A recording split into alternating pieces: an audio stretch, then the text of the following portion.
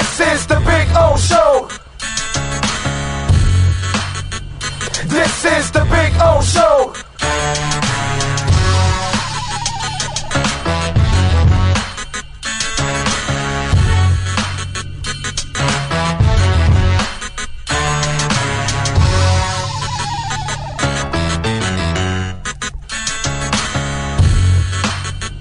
This is the Big O Show.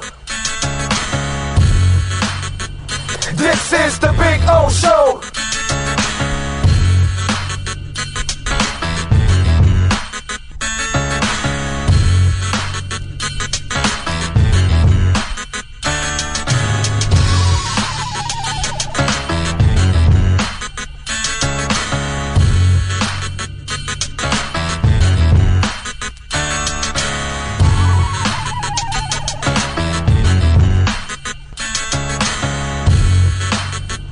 This is the Big O Show.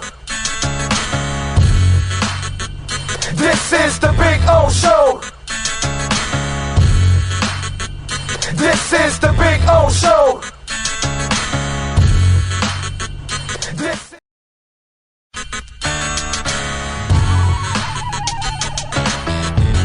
So here we are. I wanted to show you the backyard again because we had some trouble last time, but you know, cuttersedgepro.com does some amazing stuff, and they're the boys and the girl. They're having fun. There we go. Right, Maiden? Right, Bono? There we go. They're having fun. I'm having fun. Look at our Sylvester palm. It is beautiful. We got another one in the front yard like that. You can take your home and landscaping to the next level. And the artificial turf, look at that. Look at that, the two dinosaurs going at it, huh? Look at that. Gotta love the dinosaurs. Look at them. They like to bite each other's legs. That's what they do. They play with each other and then they bite each other and they piss each other off. It's fun. One is Bono, which is the one farther away from you, and Maiden, she's the girl right here. She's a badass, that's for sure. So anyway, see the flowers are coming out. Very nice. cuttersedgepro.com, folks. This big tree there will start budding that I'm showing you there soon. It'll have all kinds of flowers. I'll post another video and I'll show it to you. This is a backyard where everybody gets to hang out. Over there in the corner there, I put the barbecue and cook. So that way it's the farthest away from the house, you know. If I light myself on fire or somebody else, we're out in the corner away from everybody. There you go. So you can get some flowers coming out, which is a beautiful thing. And I swear by this artificial turf, it always looks phenomenal. I don't have to cut it. I don't have to water it. And so I'm saving a lot of money, hundreds and thousands in the long run, because I'm not watering or, of course, cutting the grass. And you know, here in South Florida, we cut the grass like every 10 to 14 days.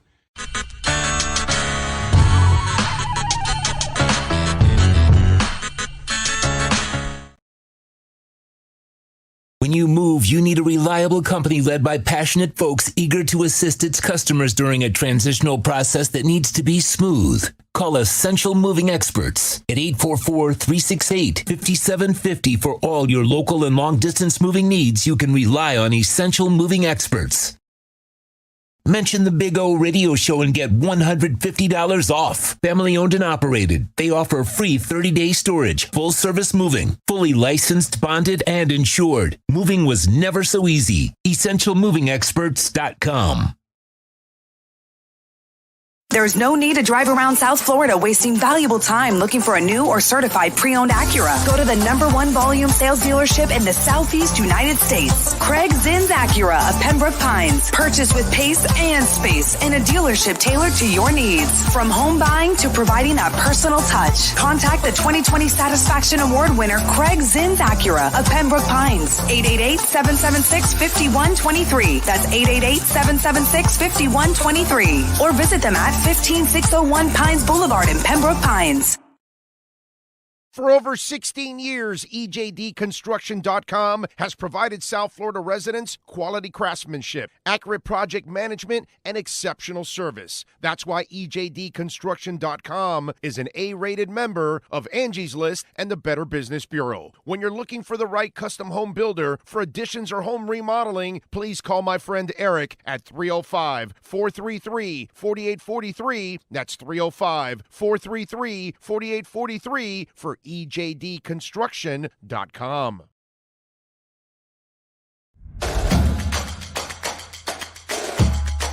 Welcome to Caneswear.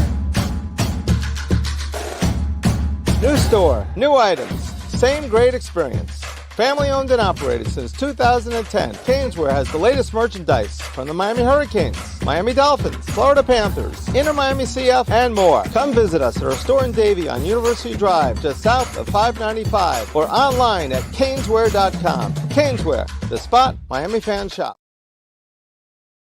Oh, I think I know what this is. Houston, we have a package. Hello?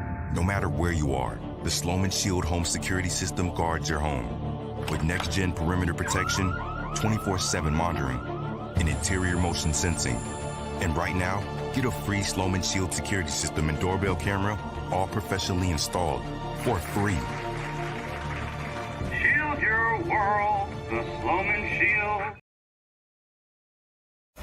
With more than 62 years of litigation experience handling insurance disputes, Welton Rayom is committed to resolving even the toughest insurance claims quickly. At Welton Rayom, they don't get paid unless you win.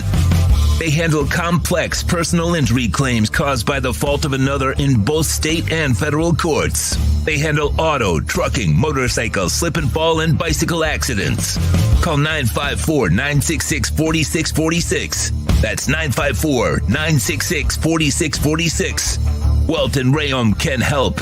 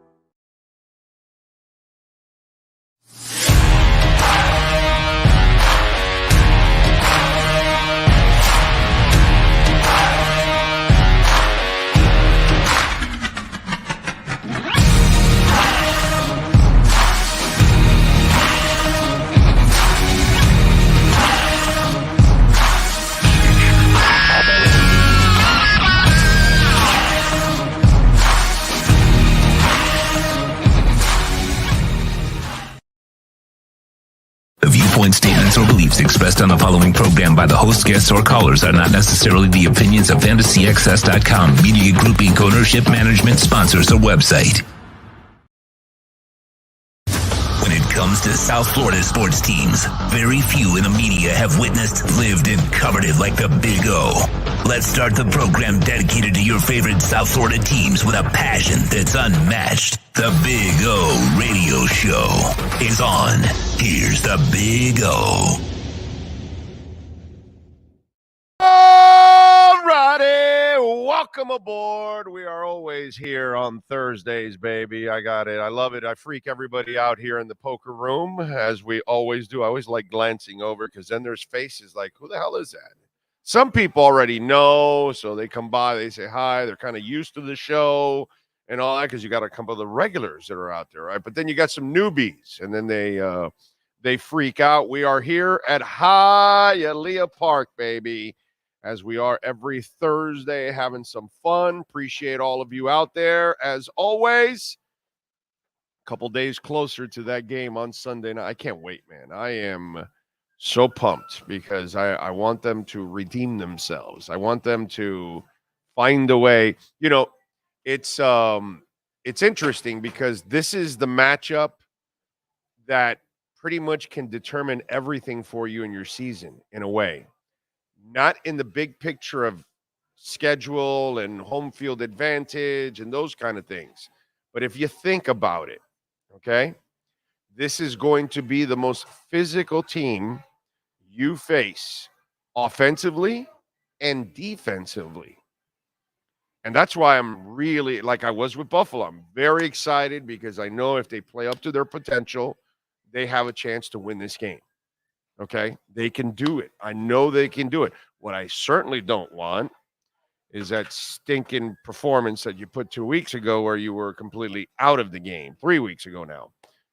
You can't do that. You got to fight and claw in this game and find a way to win it or put up one hell of a performance.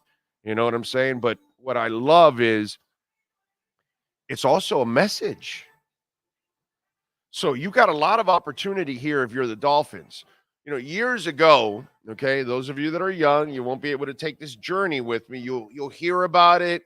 Maybe you could go watch highlights and all of that. But in, 1985, the Bears came to town and they were undefeated. And the stage was set. They were the physical team. Miami was the finesse team that can put up points and all that kind of stuff. A lot of the similarities going on here. It has nothing to do with being undefeated and all that. Forget about that part of the theme that Miami handed them their only loss of the season, yada, yada, yada, yada. No, I don't care about that. We know Philadelphia lost last week. But this is the game that if you can beat them, and especially on their turf, okay, then all of a sudden, if you run into them in the Super Bowl, they're going to go, oh crap, these guys gave us some problems. And that would have been good. Rewind again, go back to 1985. If our beloved Dolphins don't freaking choke in that game, and I think it was 3 or 4 fumbles in that game. It was any of us that lived it, you know what I'm talking about. We were so frustrated that night. They basically gave that game away to a lesser New England team. And then New England went to the Super Bowl and got thoroughly embarrassed because they didn't belong there. They just got hot and the ball bounced their way, and that happens sometimes. You know what I mean? They didn't belong in the Super Bowl. The Dolphins were the ones that belonged in the Super Bowl because they were the kryptonite to the Bears. And the Bears, the one thing they couldn't do was their secondary could not hang with Marino and the receivers. And that was their kryptonite. So we're going to find out on Sunday, because, again, the brutality of the Eagles is facing because Miami is not considered a physical team. But the defense is going to have to get as physical as it's ever been in order to win this game. And then the offense, obviously, is going to have to be, playing at its best because you're playing such a great defense. Now, their secondary, kind of like what happened with the Bears back in 85, it's not a great secondary. You can take advantage of it. They've got injuries and everything in that secondary. Miami will be able to take advantage of Philadelphia's secondary. So I was thinking about all of that, and I was going, man, if I can only get this scenario reversed, okay, where the Dolphins beat the Eagles and then they meet them again maybe in the Super Bowl, you know what I mean? And then now you've got the blueprint. Now you know what to do. All of those things. I'm sure they're going to check the tape last week on what the Jets did and all that to create problems for them. So, it's just one of those things where it's an interesting storyline and it's a great test for the Dolphins. The theme continues. I know there's a bunch of you out there that are butthurt about what I said 3 weeks ago, whatever. You're just children and you don't grow up. It was a terrible performance. Okay. It was an embarrassing performance. It was a fraudulent performance. Whether you want to admit it or not, that's your problem, not mine. Okay. It is what it is. And so you got to step up now. You got to step up with the big boys. The entire Dolphin Nation has not had a great team in decades. Decades. You want to be great. This is it right here, man. This is it right here. And there's a lot of those 85 Bears storylines kind of involved in it. It just, there's a lot of similarities, man. So let's hope they can somehow figure it out and get it done. It would be phenomenal. But this will be the best game that Mike McDaniel needs to coach. This will be the best game, offense and defense, they need to play in order to win this one, because they are a physical bunch. And that's going to be a pain in the ass for 4 quarters, ladies and gentlemen. This will not be easy, but you win this game. It also gives you the kind of confidence that if you can beat the Eagles, you can beat Kansas City, and you certainly should beat Buffalo the next time around. Because, quite frankly, I still think you were better than Buffalo. You should have been able to get it done. It's just these guys have not played to their, ability. And here's the other thing that I want, another thing that you guys need to stop with, because it's a crutch and something that too many Dolphin fans are now hanging on. Hey, we're going to get Jalen Ramsey back. We're going to get Teron Armstead back. We're going to get Chan back. You're right. But are you sure everybody else is going to stay healthy? This is football. People get injured all the time. And backups have to step up and have to try to make a difference. So when you get those guys back, doesn't mean you'll be 100%, because this is a freaking terrible game, dude. People go down left and right. So you've got to find ways to overcome. And the one thing that this year has been better than in years past has been the depth. The depth has come in. Coaching, depth, players got to step up. That front 4, the front 5, 6, whatever, all those, the combination of D linemen and linebackers, these guys have got to step up. And they've got to be able to pressure this quarterback and force him into some mistakes. So stop thinking that everything's going to happen and you're going to get healthy right away when these 3 guys come back, because then 4 weeks later, when everybody's back, you're going to lose other guys. You're going to go, oh, damn, this is football, man. Nothing is guaranteed. Got to get it done now. Yes, sir. What do you got to say there? No, I was going to say, look at the Giants today. They lost another offensive lineman at practice, torn bicep, done for the season. Yeah, they're losing more guys in practice than they are on the field, and they're losing a lot on the field too. Yeah. I mean, a guy for Philly got injured in practice earlier this week, I think it was, or yesterday or something. Yeah, yesterday I think it was. So somebody got tweaked for Philadelphia. I forgot who it was that I was reading. It's a terrible game, dude. It just is. Doug Whaley from the Bills, no longer there, but a few years back, he said what nobody wanted to hear. But it's the 100% truth. The human body was not made for football. Not made for football. So, really excited, man. I've been waiting for this for a couple of weeks, because the Giants, let's be honest, the last 2 games did not get me going. I'm happy they won, but it wasn't like anything that I'm overly excited about. You beat 2 bad teams. You're supposed to beat them. Good, you took care of business. Now, let's see what you can do. This is where I want, man. Jamie Zorrilla is out in San Jose. Thank you, sir. And he reminds everybody to smash that like button. Thank you all out there. Ricardo Cuchican is in Argentina. Looking forward to a big win for Sunday. However, I would like X to rest his groin for KC AFC seeding. Well, he's back at practice today. Ray Sosa is in. Brian Walter in. Pedro Farias in. Can you believe the question they gave McDaniel? Actually, well, let's go over that. What do you got, Sean? What do you got? Okay. All right. Joe Shad was not slamming Tua. The problem is what we talk about many, many times over, and it's your fault. Nobody else's. I don't blame anybody else. Let me ask you something. If you're in the Dolphin Nation, why are you listening to Stephen A. talk football? You know what, man? Mad props to Stephen A. Because for a guy that doesn't know jack shit about football, Okay? Because really, Stephen A. Smith knows nothing about football. He's a fucking ass clown. Let's just call it like it is. Okay? Listen to the man talk basketball, whatever, but he's just an ass clown that ESPN constantly uses for all kinds of things so he could just run his mouth and scream and say stupid shit like he says all the time, like he talks about players that aren't even playing, guys that are even out of the league, or some like, I mean, he has been busted over and over for constant mistakes and lazy takes because he has no knowledge of the game. But because they pay him a beautiful amount of $11 million, God bless him, bro. He's a monster.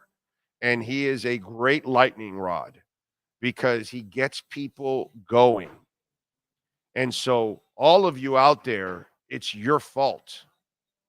So, Screamin' A goes out there and puts out some stupid video on ESPN while they're showing bombs, but he's talking about how Tua throws 2 and 4 yard passes, right? And, you know, it's like, how many times do we have to go over this? And so then he starts the fire, and then others pick up on it. And now here I am talking about it, and I got to defend my man Joe Shad on this. Hey, Joe Shad, I ran his ass through the ringer already about the Tua stuff, but he's on board, dude. Like, he's like up on the front of the bus with me driving it. So stop making what he was doing was asking the question because idiots are posing the question out there.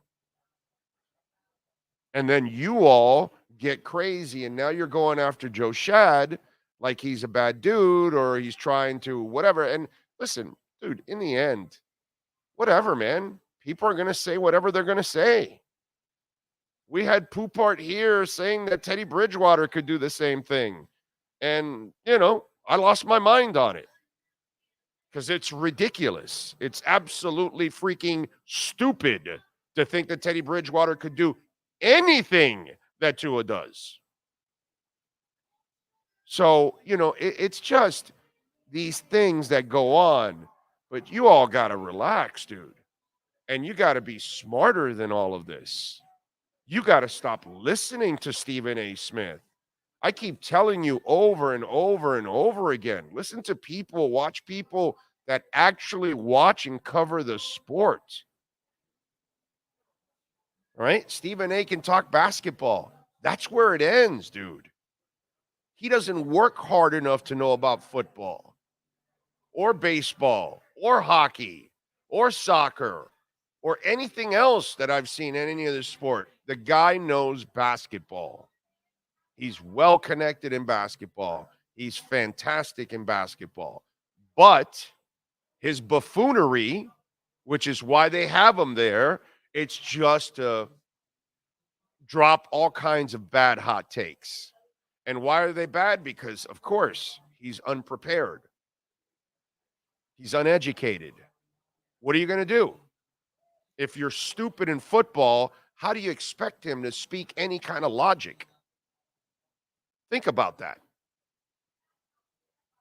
That's like me. Well, let me just start talking about rocket scientists or science or scientists. I can't do either one. You know, you got to kind of know your boundaries, but at ESPN, there are no boundaries. That's why it's such a terrible channel already at this point. It just is.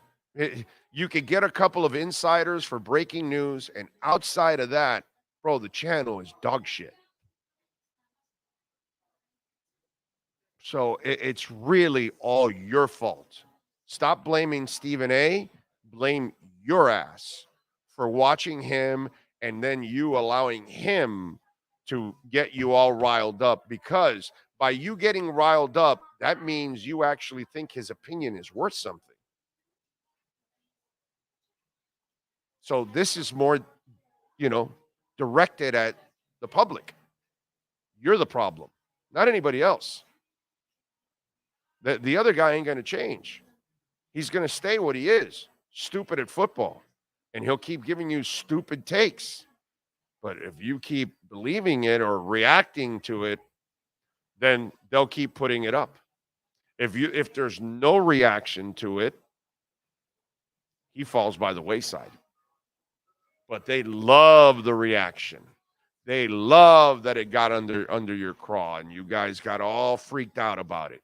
And now you're going after Joe Shad.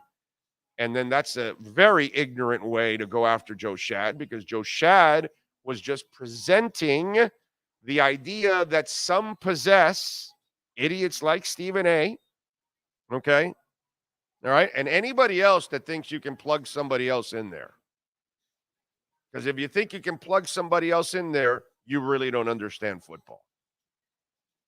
You know, I put it this way, like Teddy Bridgewater or Mike White, the guys that have been here, and who else? And Skyler. Okay, none of those guys can do what Tua. Let me ask you: did any of those guys, were they labeled as one of the top high school quarterbacks in the country? Tua was. Any of those guys were they trained by somebody like a Trent Dilfer and said, "That's the greatest high school player I've ever coached"? Tua was. Let me ask you, Mike White, Teddy Bridgewater, Skylar Thompson, did they come off the bench and win a national title? Tua did it. You know, it's just pure stupidity, bro. It's pure ignorance. Anybody that tells you can plug another guy in there. I heard the same shit with Tom Brady. And by the way, that's actually looking a lot harder than it was, isn't it? Because I heard that stuff where, he only throws 5-yard pass, this, that. You don't understand. You have no idea how difficult it is to consistently be that good, putting the pass out there every single time.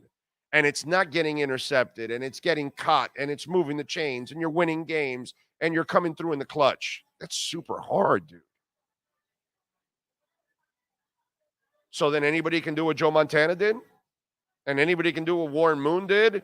And anybody can do what Kurt Warner did? That's just asinine, dude. It's just stupid. It's ignorant. The people that do it usually are pretty damn special. Mike White is not special. Never has been. How can a guy that throws more interceptions and touchdowns be special?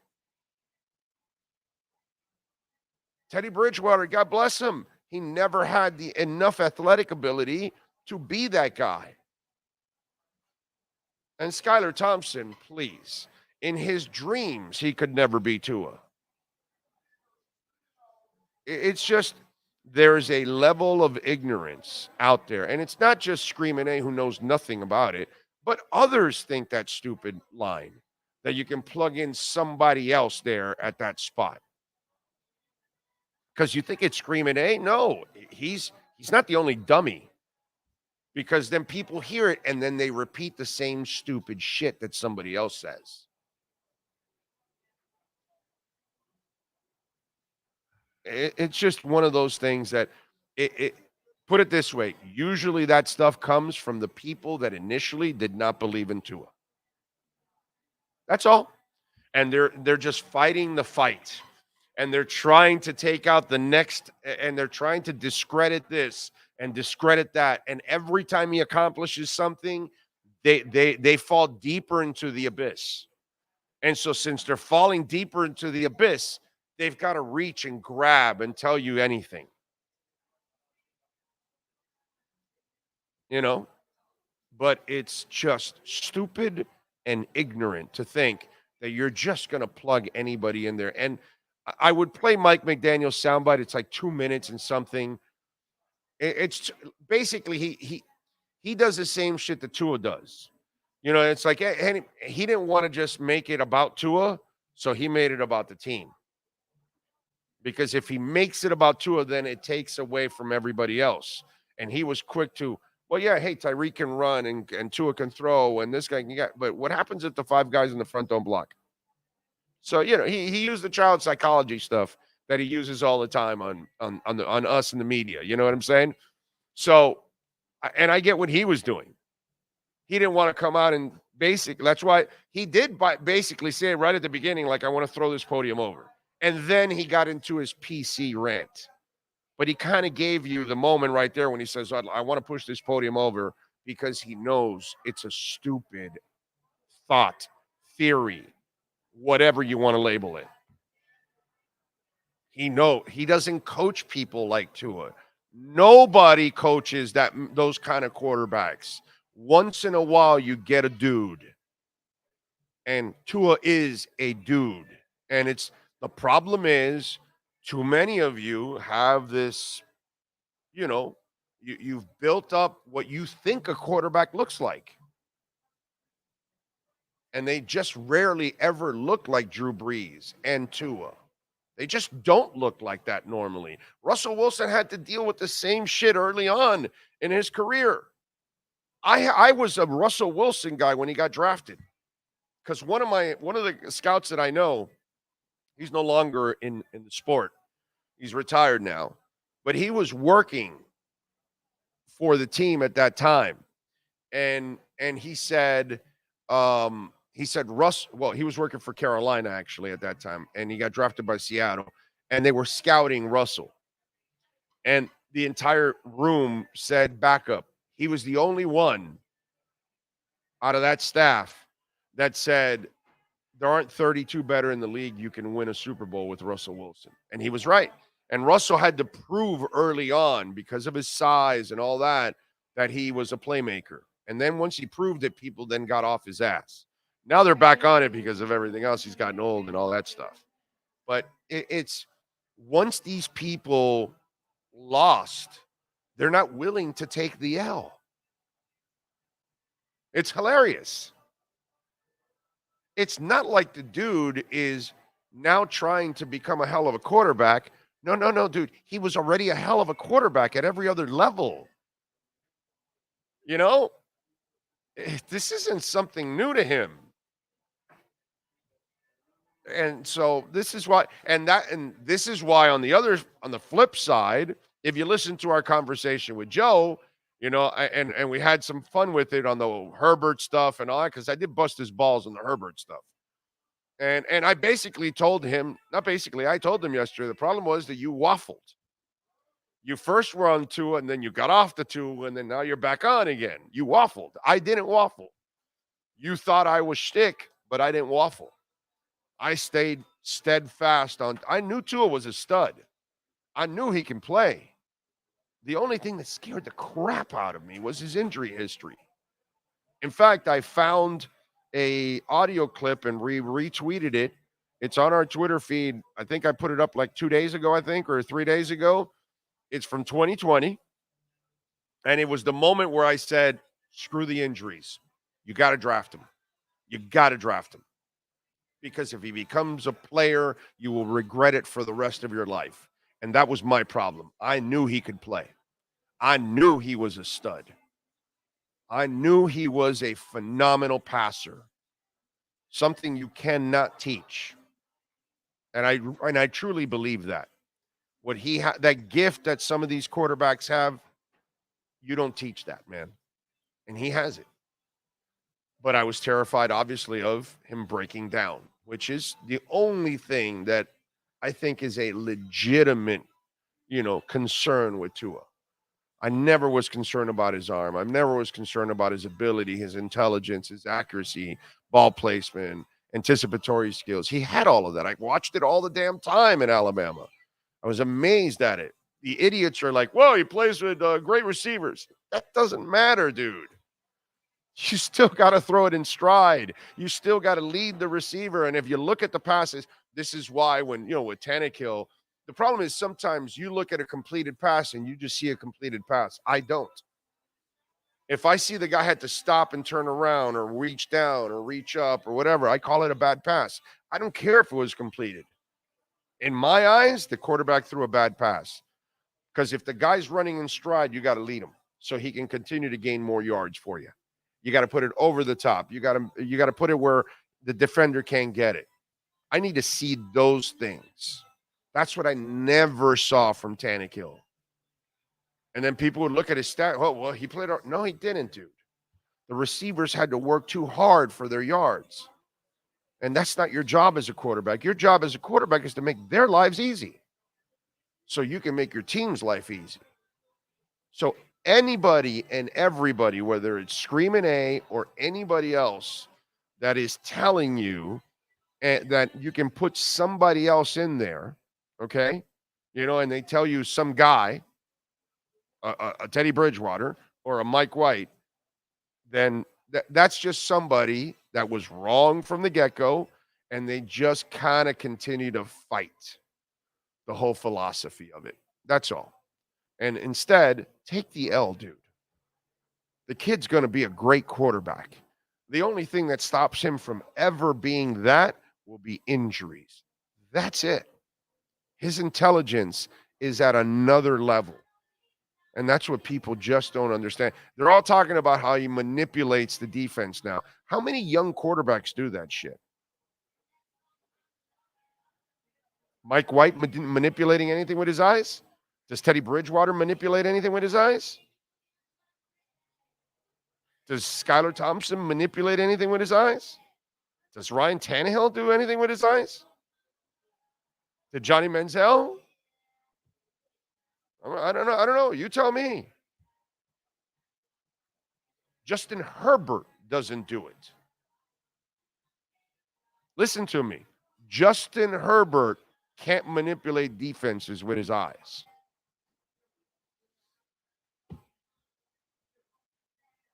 Take the L. Okay? Take the L. Lie on the sword. I was wrong about Tua. He's a hell of a player. I'm going to stop making up excuses and moving the goalposts because the guy is a hell of a player. What had to improve was the stuff around him that was dog shit. Like a lot of the stuff that happened to Marino, that he just never had enough around him in order to win. And that just happens. You don't want to give him a defense. You don't want to give him a running game. This is what happens to you. You win a lot of games. You can get in the playoffs. Maybe you sneak into a Super Bowl once, but you're not going to win it because you don't have a defense to stop San Francisco. What are we going to do? You don't have a running game to keep Joe Montana off the field.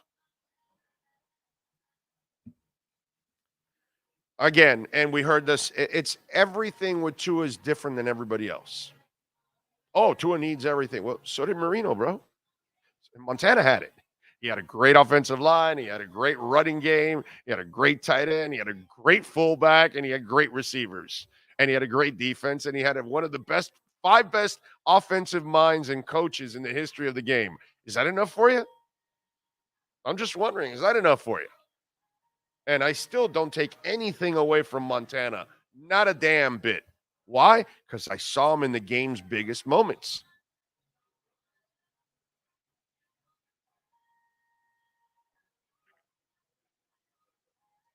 Let it go, man.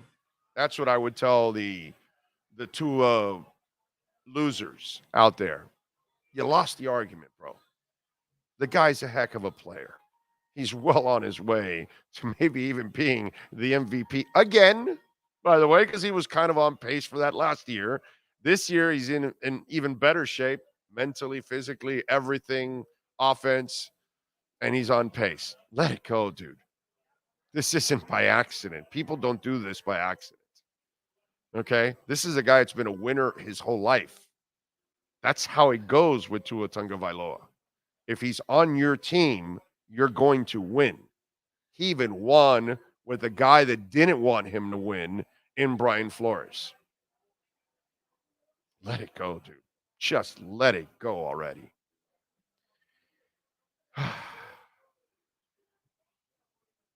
It's just really ridiculous. G Firm, thank you, sir, for the love. Big O, my brother, 2 last suggestions for a name for this offense. The Flash Mob, Motion Sick. Motion Sick. The Flash Mob and Motion Sick. P.S. Love you and the show. Thank you, G Firm. Appreciate you, my man. It's very nice of you. The Flash Mob is actually not bad. But I kind of like a Weird Science. I do like the weird science one. That's kind of that one was kind of fun. I mean, listen, the greatest show on surf is also pretty cool. The Big O is the only one getting this right about QBs. It's just we fall in love with certain characteristics that we think. That's why Achilles Smith went really high, because he's really tall, he can throw it hard, and he can run like a deer. Yeah, well, that doesn't make you a great quarterback. And that's the problem. Time Served says, this is the problem. There are people, even in this chat, that still don't believe. What else does he have to do? Should he do a Subway commercial and miss wide open receivers on Monday Night Football like the Golden Boy? And bro, if he does that, can you imagine Tua on after Monday Night Football, where they barely score any points, and then he's overthrowing receivers and screwing and then ending the game with the game on the line with an interception? They would be killing Tua all over the place, bro. Yes, sir. It was on the Locked On Eagles podcast. What happened? The two guys were talking, and they stated that if Jalen Hurts or Justin Herbert were in this offense, the Dolphins would automatically win the Super Bowl. Jalen Hurts can't play in this offense. I'm just saying that's what I started laughing. Well, I would crush both of those guys. No. Jalen Hurts does not have the accuracy to play in this offense. Neither do. And Herbert doesn't have the balls to play in this offense. You got to take chances. You've got to be. And you got to be pinpoint. I mean, you do. You have to be so accurate. Yeah. No. You can get your receivers killed. You're going to turn into Ryan Tannehill. Yeah, that's stupid. I give Hurts a lot of credit because he improved his accuracy, but he's not anywhere close to Tua. Tua's accuracy is like, brother, it's like archery, and it's like it's pinpoint accuracy that guy has. Jalen Hurts does not have that. He occasionally has that. He throws in the vicinity at times for some of his guys that have radius, but this guy plays with midget receivers all over the place. He's got to be pinpoint perfect, dude. No, Jalen Hurts can't play in this offense. No, and you have to be able to lead them and keep them going so their momentum doesn't stop. Yeah. I mean, that's the one thing that this starts going. The one thing I want to talk about. By the way, when Jalen Hurts can actually play the game without running, then maybe we could start having that conversation. Okay? First, you have to learn how to win solely from the pocket. That's what Tua does. Okay? That's what the great quarterbacks do. They win solely from the pocket. You run out of pure necessity that you go out and get 10, 12, 15, 20 yards in a game because you ran 3 or 4 or 5 times, and that's a lot. But if you're running for 70 and 80 and 100 yards, then you need your legs in order to be an effective quarterback. So there's no shot that Jalen Hurts could ever play in this offense. He does not have the pinpoint accuracy to do it. That's a very ignorant statement by those guys. Yeah. And then the other thing I want to say about Joe Shad is everybody got on the Dolphins media about the cupcake questions that they would ask them every time when we were doing medias, when they had Flores and then McDaniel's a different guy.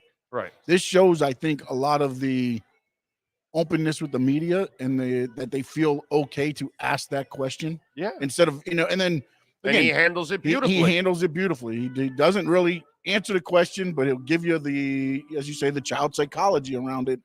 But I think it goes to show you that at least the media guys feel comfortable with throwing out those questions that the stupid talking heads are asking. So at least it's getting shut down, I guess, if you want to say that. Yeah.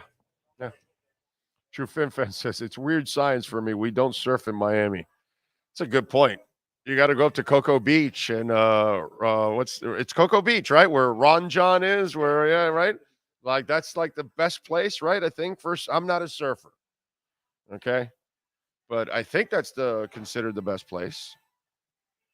Great shirt, Big O. Enjoy every day for 30 years. Thank you, sir. Thank you, sir. Thank you, sir.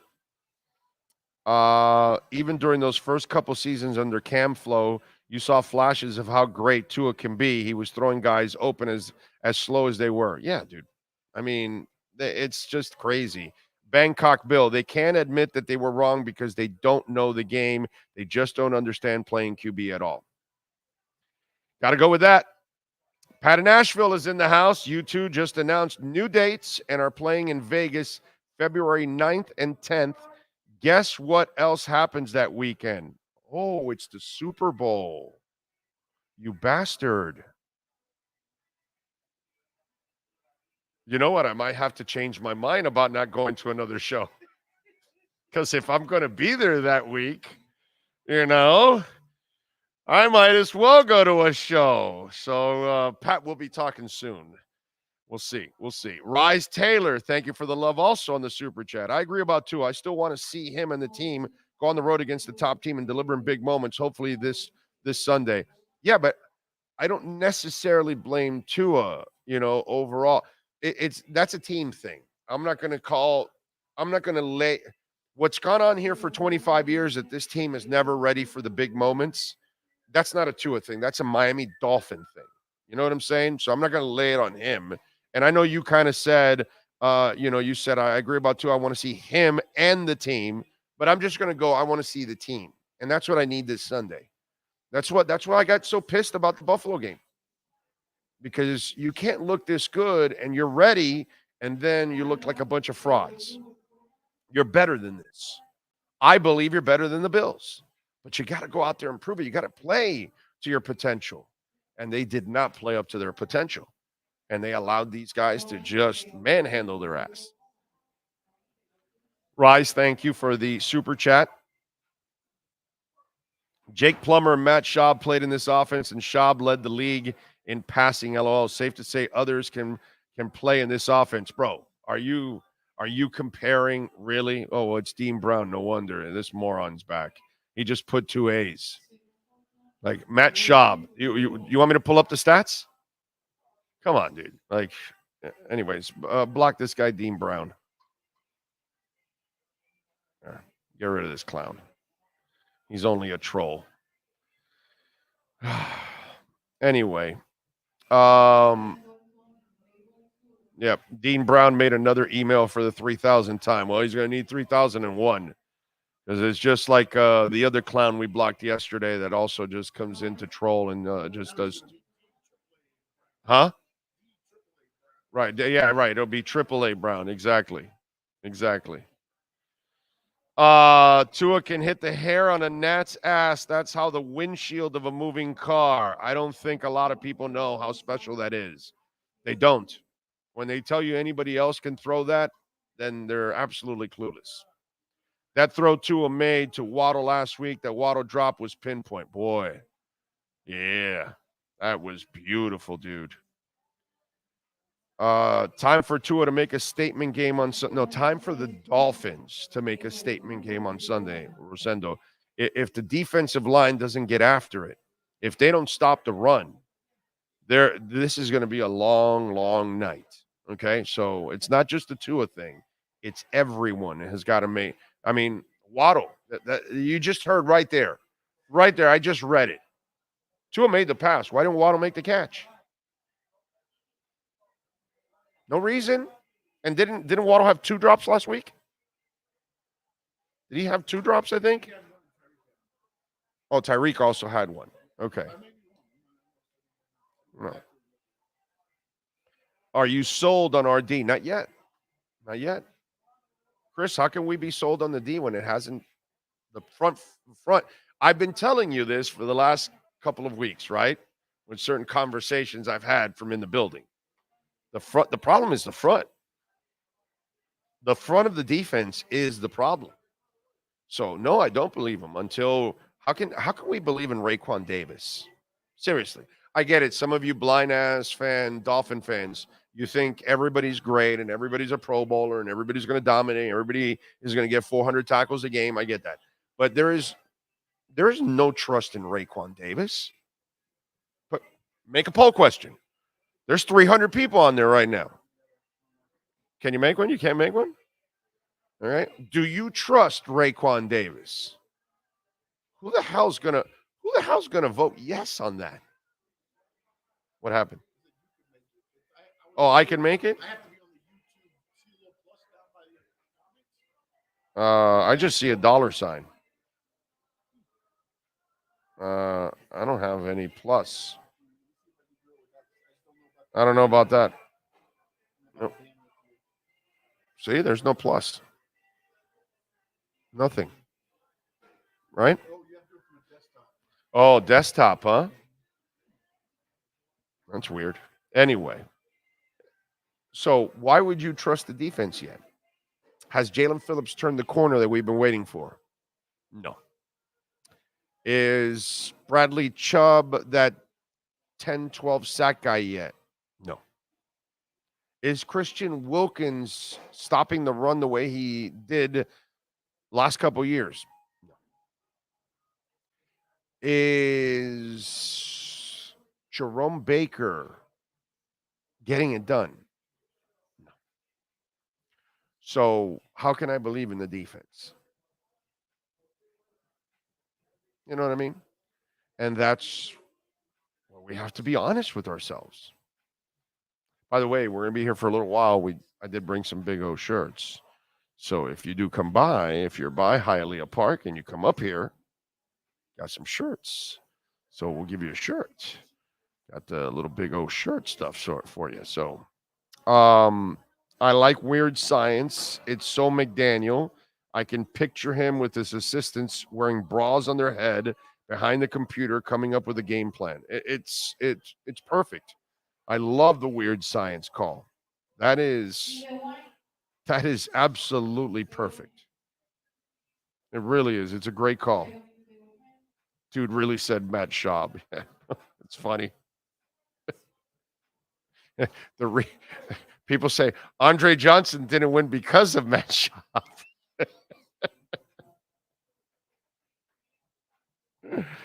Oh, man. Oh, God, it was a while back already. If you look at it, Matt Schaub this was 10 years ago already, right? I would say. Something like that. It was Houston. He was with Andre Johnson. Yeah. Yep. Matt Schaub was a choker of all chokers. He had 1 year where he threw 29 touchdowns and 15 interceptions. And then he threw 24 and 12 the next year, 15 and 10 before that, 15 and 6, 22 and 12, 10 and 14, which is nothing like Tua. Tua completes 71, almost 72% of his passes. That year he did get up to 68, 67.9. And after that, it's 63, 61, 64, 61, 50, 65, So Matt Schaub was a guy that threw 136 touchdowns and 91 interceptions. Again, this is why stupid people like Dean Brown get blocked, because they bring up stupid things. And when you put Matt Schaub in the same sentence with Tua, that's why you're Dean Brown, bro. Think about it, Dean. You're such a sorry individual that you're so dumb.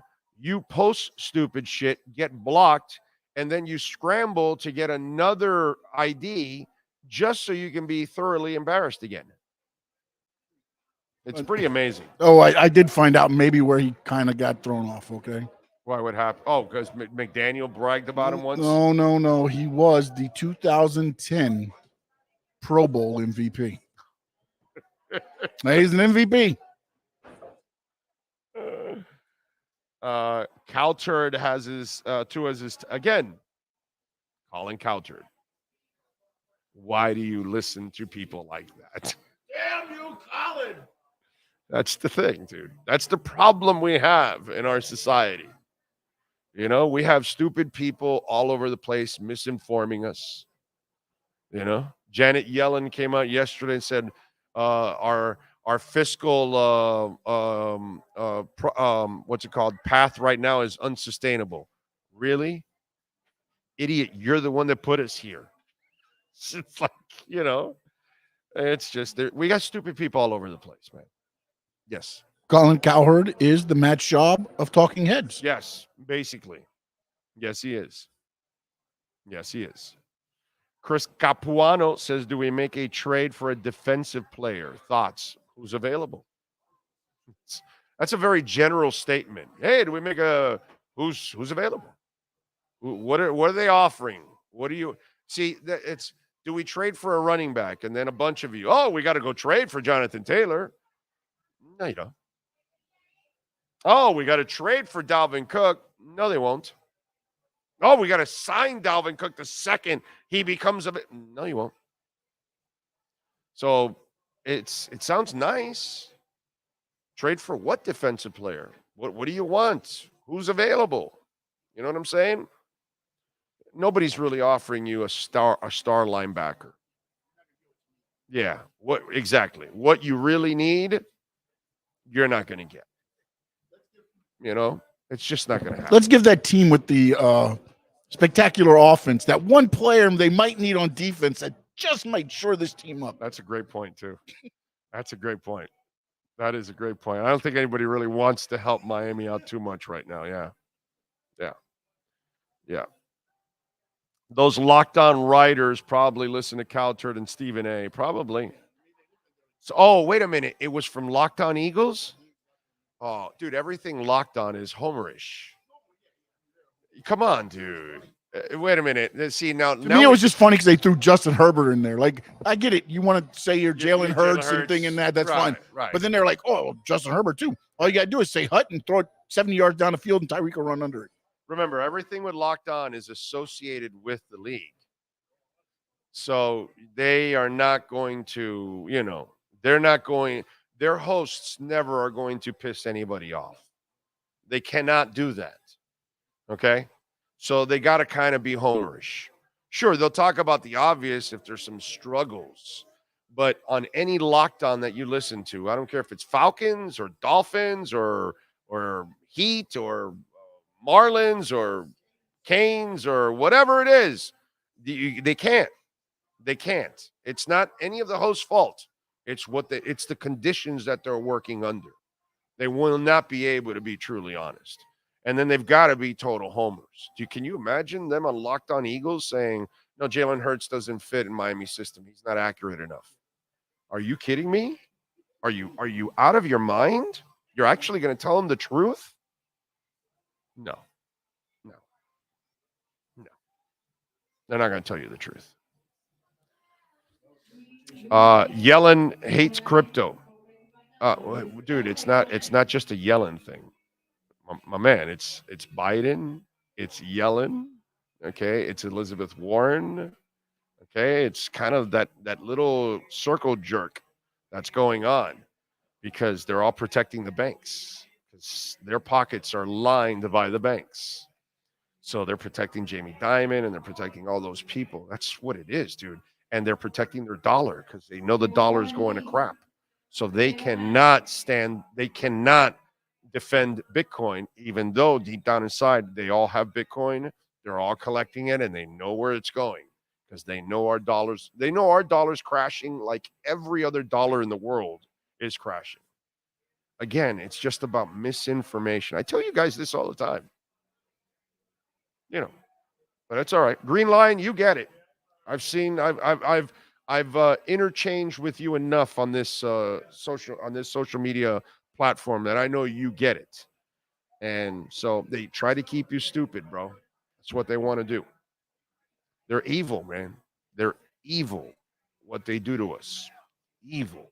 Democrats and Republicans don't care about us. They do not care about us at all. They only care about their own self-interest. Every one of them, dude. I don't care if it's a donkey or an elephant, and you people keep falling for it, and you keep picking sides instead of picking Americans. So, but I tell you this all the time. I'm an American. I don't care about Democrats or Republicans. I kill them both. I hammer both of them away and expose the frauds that both of them are. But you guys want to keep choosing sides and splitting us up instead of all of us being red, white, and blue? Keep doing it. It ain't going to help. That's for damn sure. Oh, what are the odds Fangio actually has X if he plays, follows Brown? No, it will never happen. They're not going to follow anybody around the field. Okay? I can already tell you, Skyler, they corrected me on this. Okay? Just telling you. It's not going to happen. Okay? Not going to happen. He's not doing it. He doesn't trust everybody else. in order to do it. It's not something he normally does. It's just not going to happen. You know, I could see maybe in a championship game or in a Pro Bowl in the Super Bowl, one play or two that they design something to do something. I can see something like that, but for a game following around, nope, not going to happen. And plus, you have AJ and you have Smith in this game. You have two guys that can burn you, so you really can't move guys around because Devonta Smith will burn your ass. AJ Brown is just a complete mismatch because physically, how many people are like AJ Brown, bro? Him, Metcalf, God, they're like Calvin Johnson types. You know, there's only a couple of those kind of absolute freaks, dude. You know, Debo's not even like those guys because he can't play in the air like those guys. It's rare, bro. Rare. Every politician's a criminal, pretty much. But don't tell a Democrat or a Republican that, because you know they're so blind. They'll defend their own like they think it's their children or something. Really pathetic. Big O, do you think Claypool play? Yes, he plays this Sunday. They'll have a package for him, Sam the man. Definitely. Bill's fake crowd noise says, I'm more a supporter of the undecided cow party. It's probably better off. Lord Warden says, Dolphins offense, fast and furious, speed law, Formula One, Mach 10, boat race, Grand Prix, track hawk, the Yak Pack, speed law. I guess he likes speed law because he put it twice. Kuchi Khan says, we've been waiting for Raekwon Davis for a long. Amen to that, dude. God, we've been waiting for him for a long time. By the way, Welt and Rayom is the law firm you need to call. We love Jeff Welt and Daniel Rayom. Daniel's going to join us next week because DeSantis changed an insurance law that is really not to our benefit. But Daniel's going to explain to you next week what you're going to have to do and how it affects what you do when you have storm damage and things like that, and then you've got to call the insurance companies. It's a huge change for us, and the guys at Welton Realm are going to explain it to you next week. But by the way, if you need a law firm right now, bankruptcy, condo damage, criminal defense, business owner claims, commercial litigation, personal injury, maybe none of this has happened to you, homeowner property damage, but if it does, save this number because you're going to need it. And don't call those insurance companies because they send in their adjusters, and their adjusters are looking out for them, not for you. 954-966-4646. And by the way, the consultation is completely free. Okay? So call Jeff or Dan, ask for Jeff or Dan, and say, hey, Big O sent me, and he says that I can explain my situation to you. You can tell me if I have a case or not. Maybe something happened a month ago, 3 months ago, 6 months ago, a year ago, 2 years ago. You don't know if the statute limitations are up yet. And if you feel you've been treated unfairly, call Walton Rayon. Trust me, lots of our listeners have already called, and they took care of us. They crushed Progressive firsthand. We saw it. 954-966-4646. Canes got any chances Saturday night? Let's get into that a little bit. There's going to be about 20 4- and 5-star players, recruits that are going to be at that game on Saturday.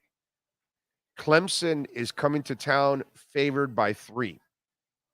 Think about that. That means Vegas thinks they're 6 points better. Okay? They can run the hell out of the ball. Can Miami stop the run? No. I'm terrified of this game. Terrified. They don't play up to their potential. They're not coached well. Sorry, Mario. I'm a big Mario guy, but like the Dolphins or Heat or Canes or Inter Miami, or I'm going to call it like I see it. And I cannot call a Mario Cristobal team a well-coached team until I see it on a consistent basis, not a one-off.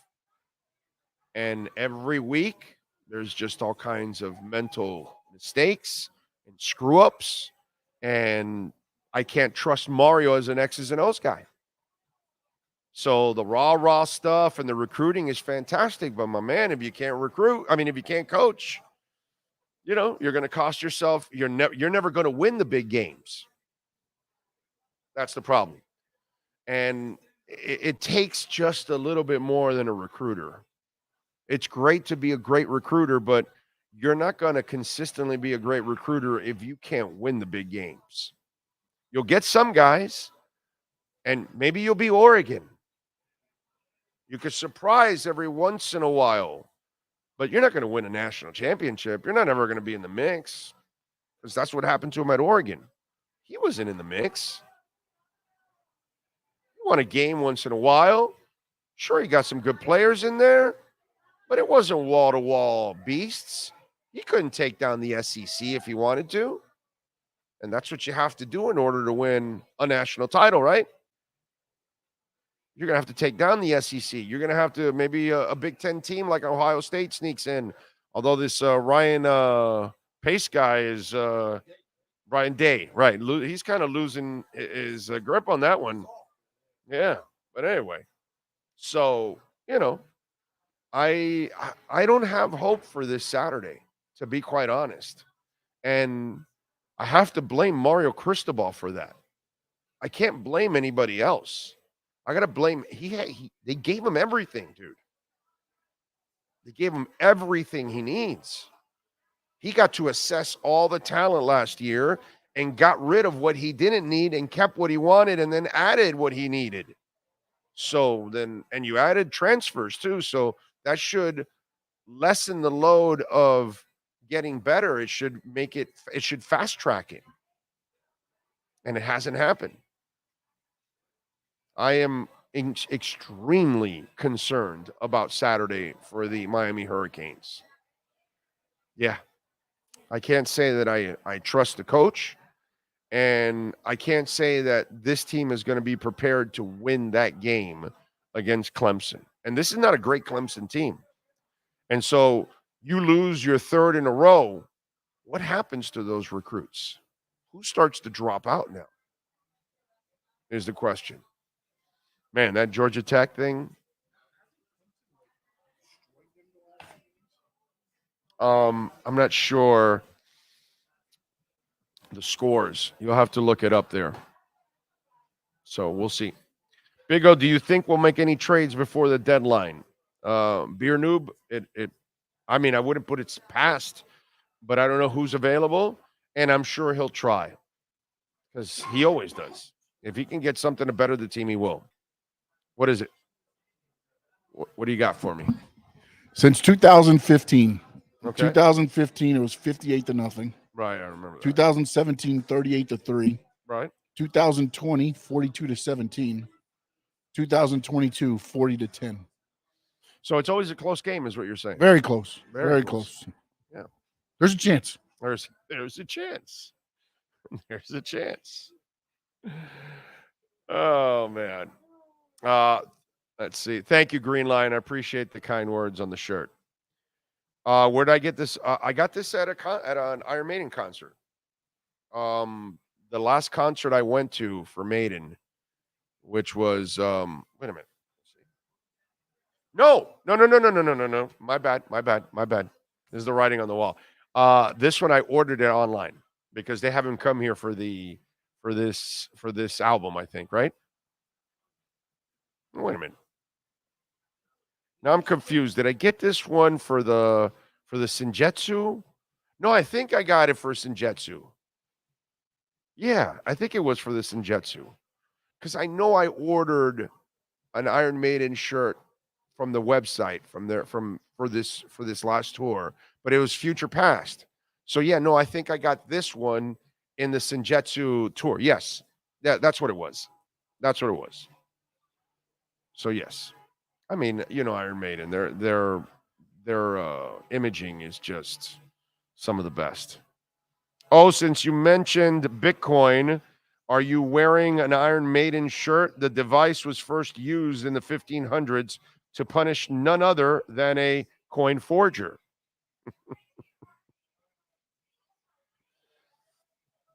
Let's see. Hard Rock will be filled with Clemson fans by the time it's the fourth quarter. Damn. True Fin Fan says they have zero chance of beating Clemson. Holy shit. Listen, I don't have a lot of faith in them right now. I can't. Huh? They're winning? All right. Sean's got them winning. Two things are going to happen. One, the Canes will win. And two, Mario will take a kneel. They'll kneel. Victory formation. I'm calling it. The Canes will run a victory formation against Clemson Saturday night. Tiger Shark Tony, I think X will play. If he's practicing today, I kind of get a feeling he's going to play. You know, he kind of paced himself last year with the groin, and he's a tough sumbitch. I will say that. It sucks that he's constantly dealing with injuries. That's kind of been the knock on him, unfortunately. We all know he's a phenomenal player. But, yeah, he's going to try. He's going to try and go for it, man. What? I was saying, which also goes with the fact that they're not going to do it anyways, but that would also constitute him not shadowing somebody. Right. As well. He can't do that. Not that they're going to do it anyways, but there's another reason for that. Right. That's the. Besides, Fangio's not going to ever do it, really. To be honest, you're never going to see a game where they have somebody follow somebody around. Not going to happen under Fangio. I can already tell you that. But Sean brings up a phenomenal point.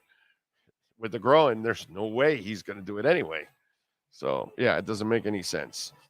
Baptist Health, by the way, is the official sports medicine provider for the Miami Heat, Miami Dolphins, Florida Panthers, Inter Miami CF, FIU, FAU, Orange Bowl, Miami-Dade County Public Schools, Miami Open Tennis, Miami Marathon, and Half Marathon, folks. And you don't need to be a professional athlete to go where the pros go. The doctors at Baptist Health Orthopedic Care can see you now, folks. Visit baptisthealth.net/ortho to request an appointment and get yourself back in the game. Use that QR code.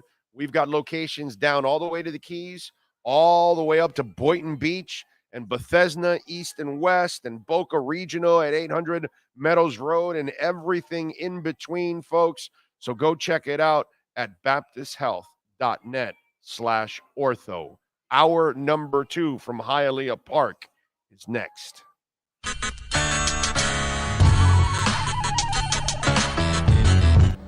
You know, I tell you guys all the time about Cutter's Edge Pro, man, and what they did with our backyard and made it a pure oasis. That's our Sylvester tree right there. A beautiful day, providing a ton of sunshine. We've got one exactly like this out in the front yard, and it is absolutely gorgeous.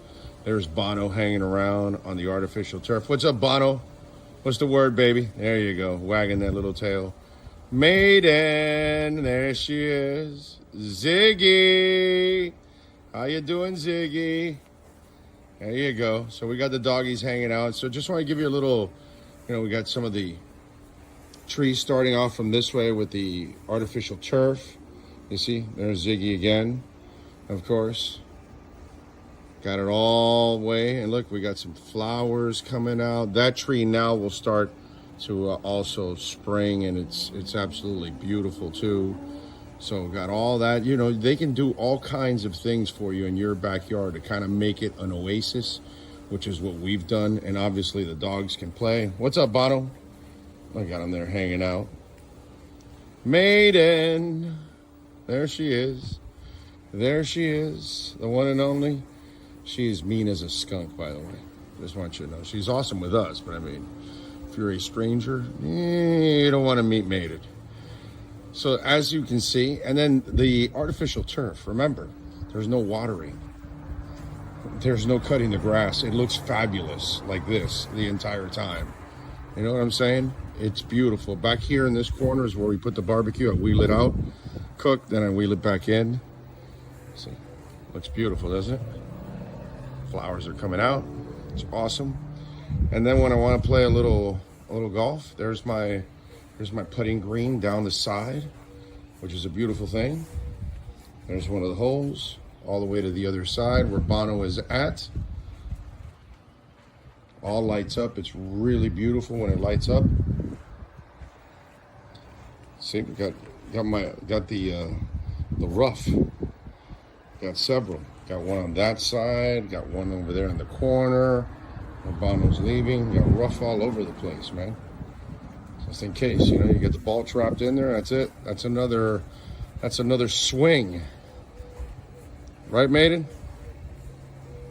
So, check it out. CuttersEdgePro.com. Make your home an oasis. Make your business, your HOA complex, condominium, you name it, they got you, bro. They do it all. All right? Then cut your trees down, and the artificial turf, I swear by it. Really easy to maintain, and it looks just absolutely freaking beautiful. Cutter's Edge Pro. Right, Ziggy?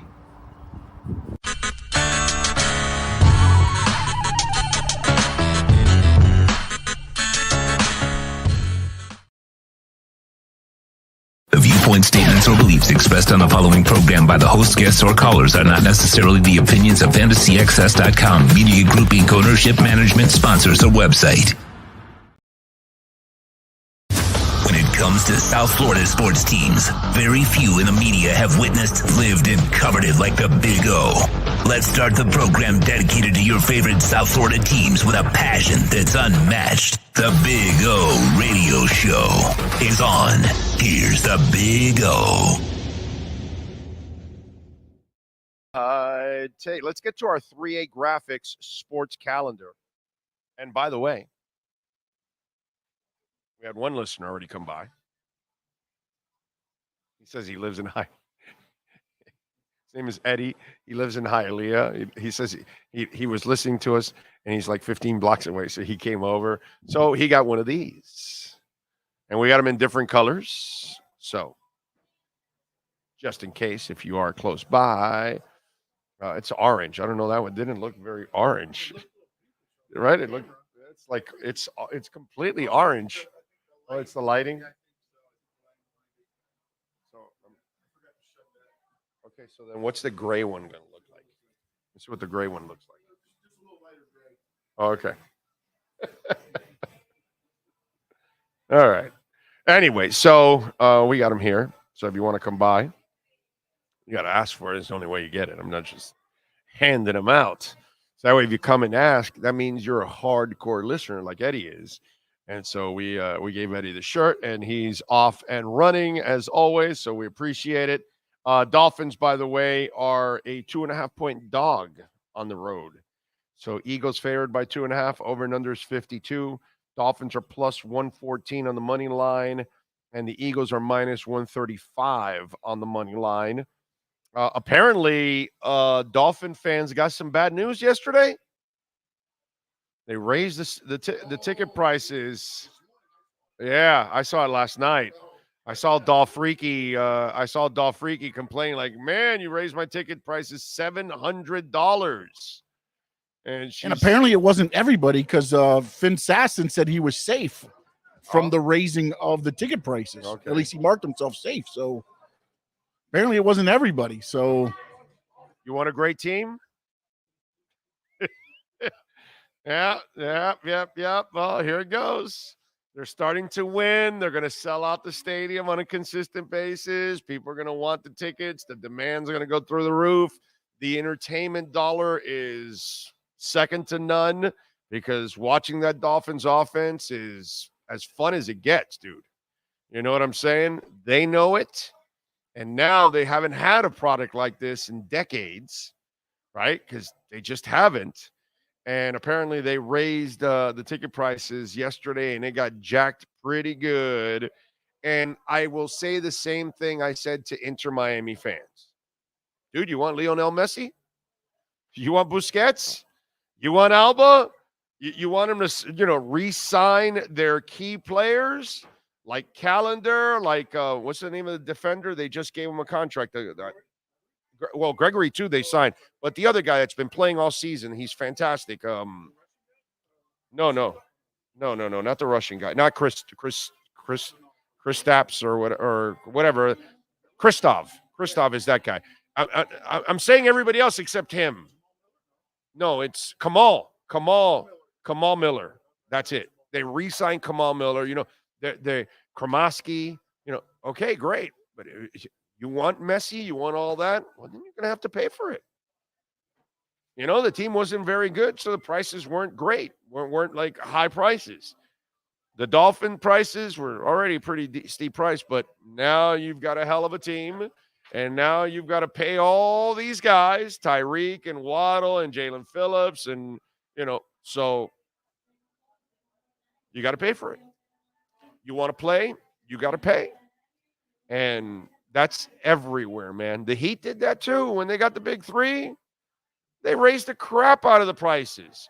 And to Mickey Harrison's credit, by the way, okay, because I'm fair as hell, when he had a crappy product, he cut the prices.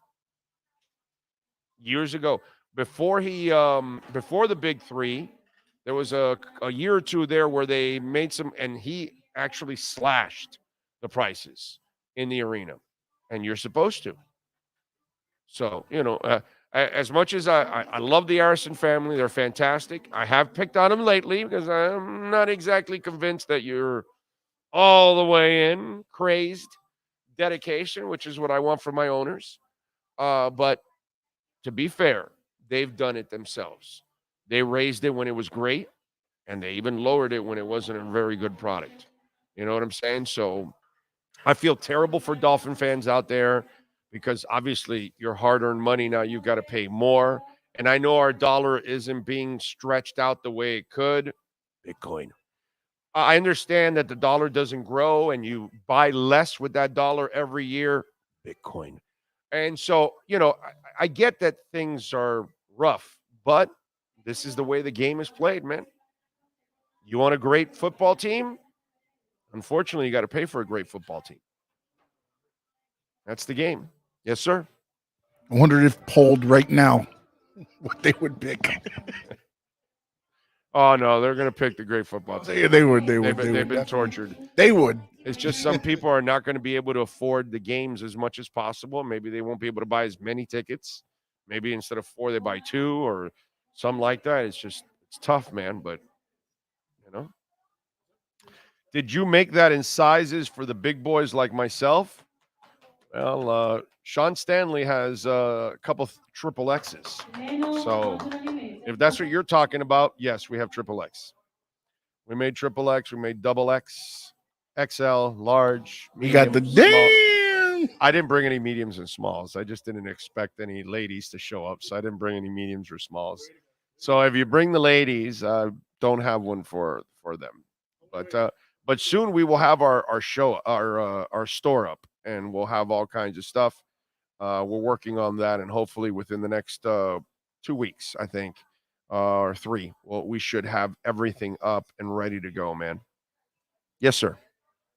Emilio is saying nice. I'm just trying to check right now real quick. Or if he shows up, do I have to give away one of my shirts? This is what is happening? Is Emilio taking one of my shirts? But I brought him a bunch of shirts for him. That's why he's saying that. He has a nice collection of his own now that I brought him here. When you're a good team, prices will go up. The same thing will happen with the Florida Panthers as well. I'm sure it went up a little bit from last year. I'm sure you want us to trade for Matthew Tkachuk? Hey, man, that's how it goes. There's a hilarious video online, Pat in Nashville says, showing Dolphins quarterbacks through the years. Kids singing in a musical, absolutely hilarious. Other teams have used the same video. Okay. Send it to me. Big O does size triple X. Yes. I got the 3Xs, yes. I know we've got I'm a 2X guy. Sean's a 3X guy, so I know we got some big fellas out there. So it's my shoulders. Right. It's all shoulders. That's what it's all about. All shoulders. But speaking of 3A Graphics, who is going to be printing all of our stuff, they're at 980 West 22nd Street in Hialeah, folks. If your business, your club, your fantasy league, your family, whatever you guys need to print shirts, hats, whatever it is, pens, you name it, they do it, man. At 3A Graphics in Hialeah. 980 West 22nd Street. Better yet, call Alan Blanco, man. 786-618-4900. 1443. You see the number right there on the billboard, 786-618-1443. Custom printing and embroidery. You're going to see some great stuff coming out of there with our stuff. We're going to make a blind ass fan shirt and everything, working on that. So we're going to have some fun, man. And soon we'll intro you to our artist, too, our designer. Inter Miami and Charlotte, by the way, they played to a 2-2 draw last night. Stefanelli with a goal and Robinson. Robbie Robinson. Wow. He got there, boy. That was an easy one, too. It was a great pass. All he had to do was one time it right in. Yep. But Charlotte, man, now Charlotte has to beat Miami on Saturday in order to qualify for the playoffs. That was apparently this is their thing, that they choke at the end of games throughout the year, and they've missed out on a bunch of points like that. Tonight we've got NFL football, the Jags and the Saints. Saints are favored by 2. Word is that Trevor Lawrence will play.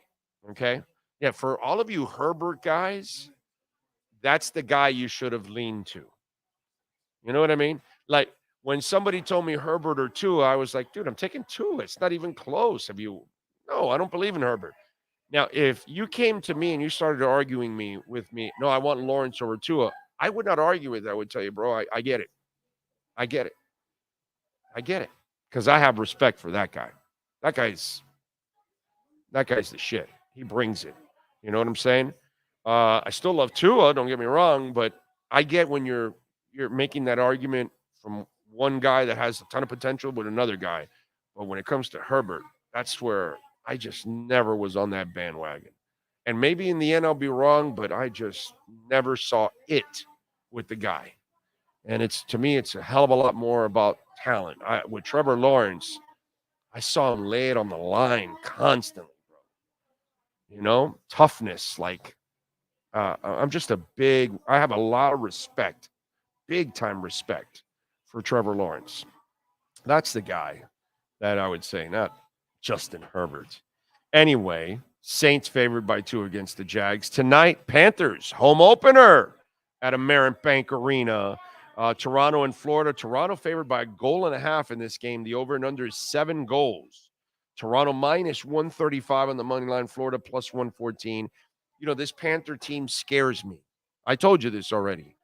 They barely got in at the back end of the season last year.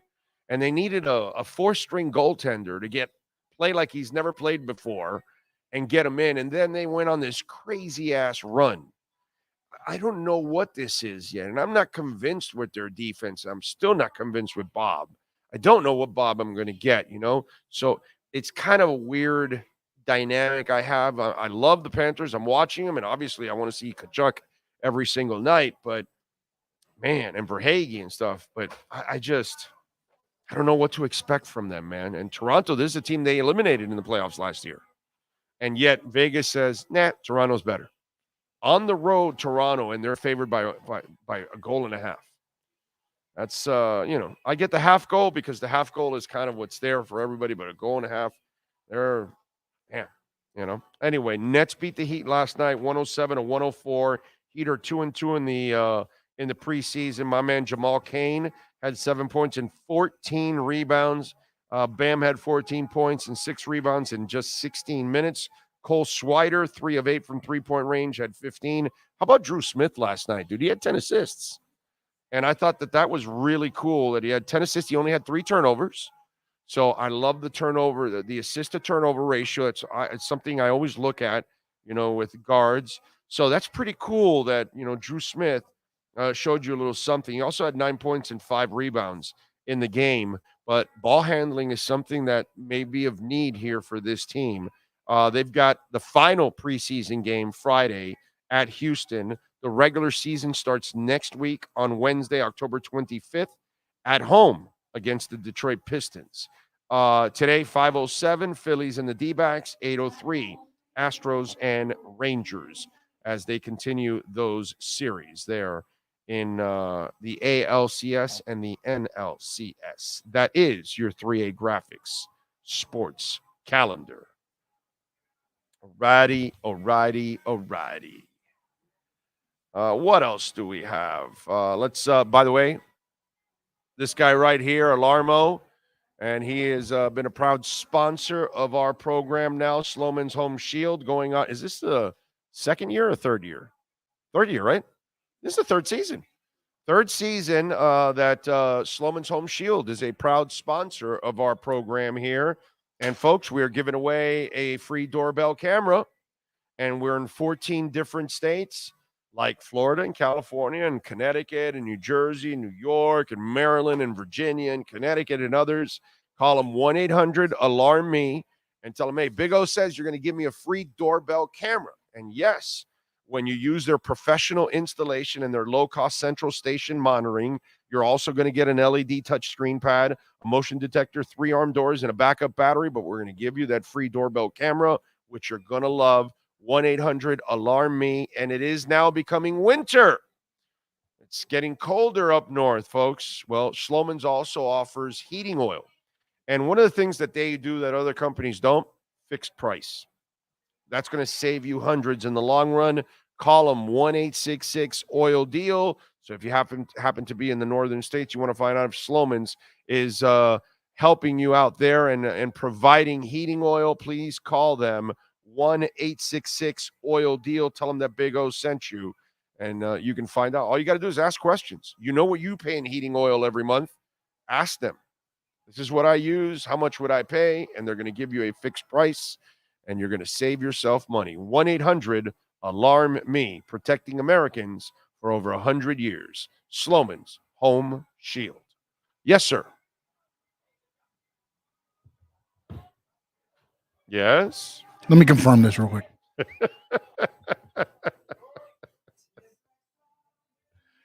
You are a trip, my brother. You are a trip. We are here at Hialeah Park, by the way.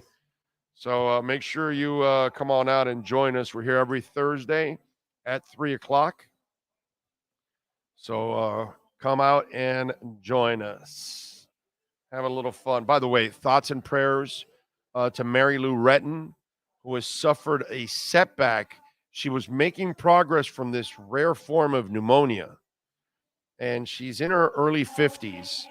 And, you know, anybody that's around our age, you know, Mary Lou Retton is like a sports icon to us, you know, an American, you know, hero in a way, because on the sports side, of course, she was just a great champion, you know, and carried herself with perfection.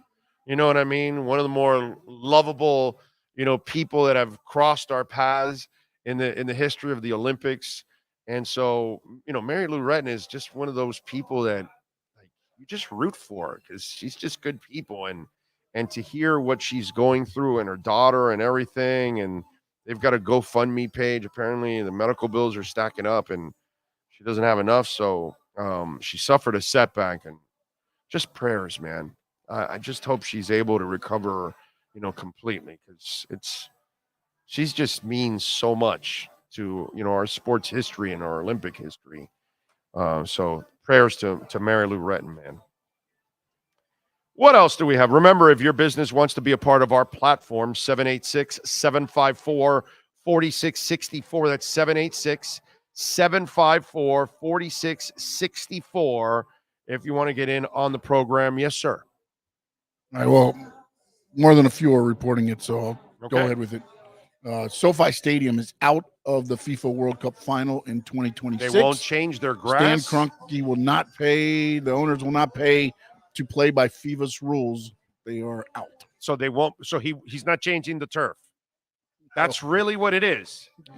Are you serious? He just said he will not play by FIFA. They won't play by FIFA. That's what's the being rule. Reported. That's the only stipulation for some of these stadiums then that I'm are. guessing that's the thing. That was the requirement for some of them. What a moron! Man, he prints money. And that's what's Wow, being, he doesn't need any reported. money. But I'm just saying, it's just Jesus. Wow. So you won't change the turf.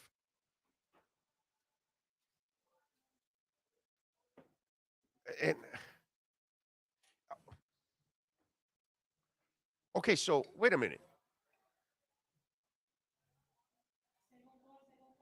So I think I know why he's not doing this. Because this is a problem with the NFLPA and the injuries. And so if you change it for soccer and then you go back to the artificial turf, the NFLPA will say, well, wait a minute, you guys don't give a crap about us. And you go and put the grass for soccer because FIFA demands it, and you want your money from soccer, but then you go back to the turf for us. You guys don't care about us, which they really don't. Wow. Dude, Stephen Ross bought the grass company.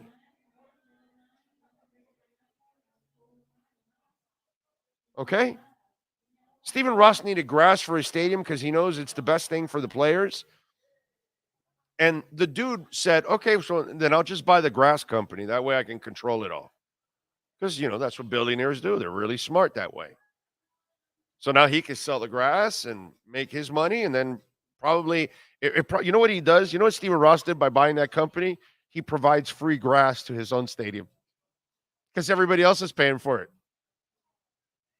So this owner goes out of his way. And by the way, you're in LA. You're not in Green Bay. You're not in Buffalo, where you can almost kind of understand why you've got turf instead of grass, because it might be really hard to maintain the grass in those kind of areas in the wintertime, okay?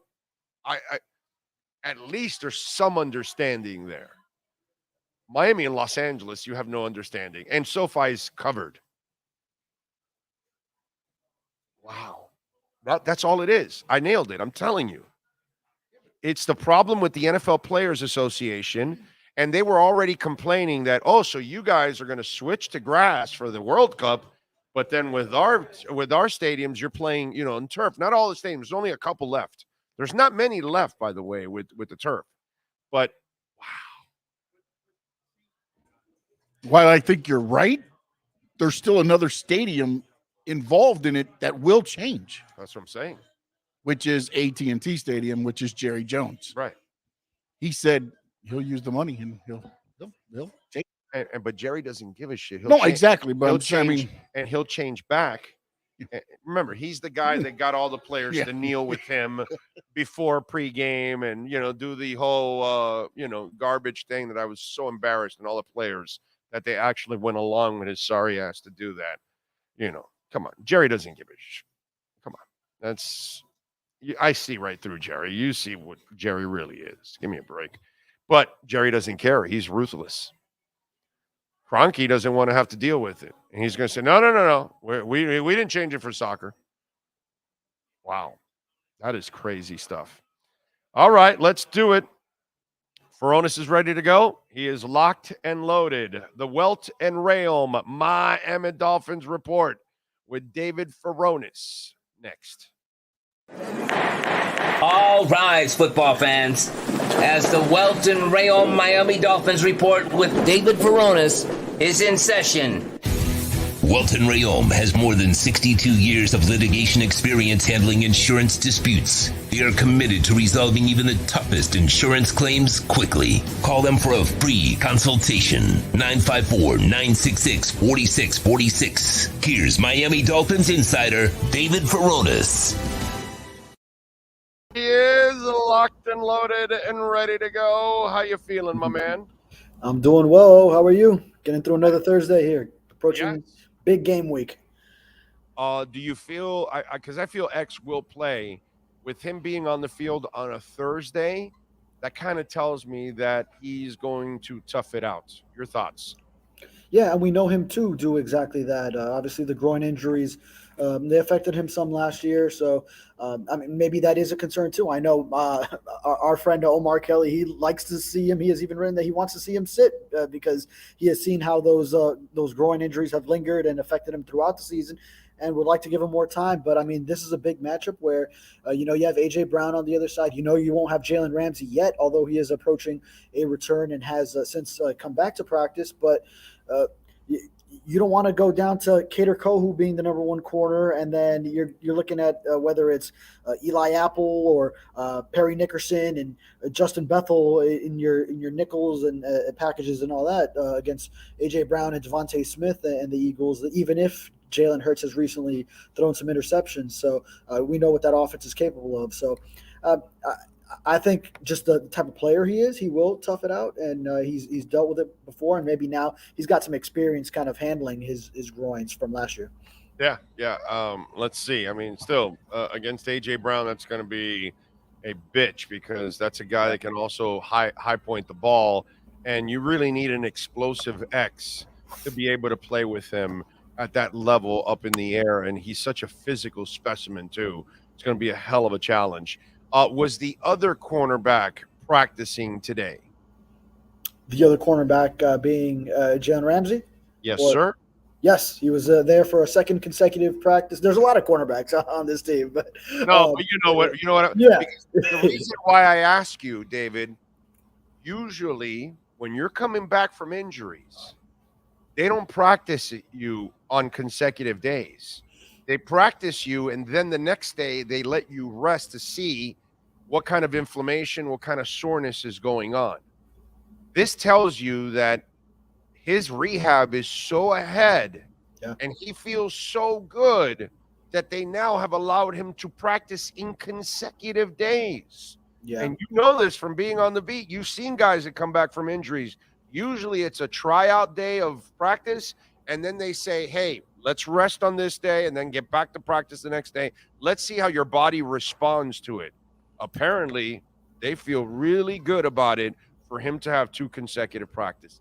We've seen plenty of exactly that with Teron Armstead. He's often had one practice and then he gets a rest day. We saw the way they sort of gave him a maintenance program throughout last season so that he could be ready for game days and then not overload himself throughout the week of practice. So, there's been plenty of that. But Jalen Ramsey, I mean, everyone who speaks about him just talks about he's got it in his DNA. It's just he's a special breed, a different type of athlete to be able to come back that quickly from the meniscus surgery late July. That's within 3 months. And to be back on the practice field looking good. His movements appear pretty smooth, and he was even participating in, like dummy tackling drills. So, I mean, everyone has alluded to him being ahead of schedule, and we know he won't play this week, but just getting that week of practice in, that's going to be huge, where maybe he can go that very next game, get a game under him, possibly against New England. So then that big challenge against the Chiefs in Germany, maybe you do have him out there for a second time. That would be absolutely, if he makes it back for New England, wow, that's even earlier than I thought he would make it, because I predicted early November, and most people thought I was crazy a couple weeks ago when I said that, but I had already found out about how much he had made in progress inside that building, and they were freaking out on how good he actually looks. Connor Williams, a guy that is also desperately needed for a physical game like this, where does he stand?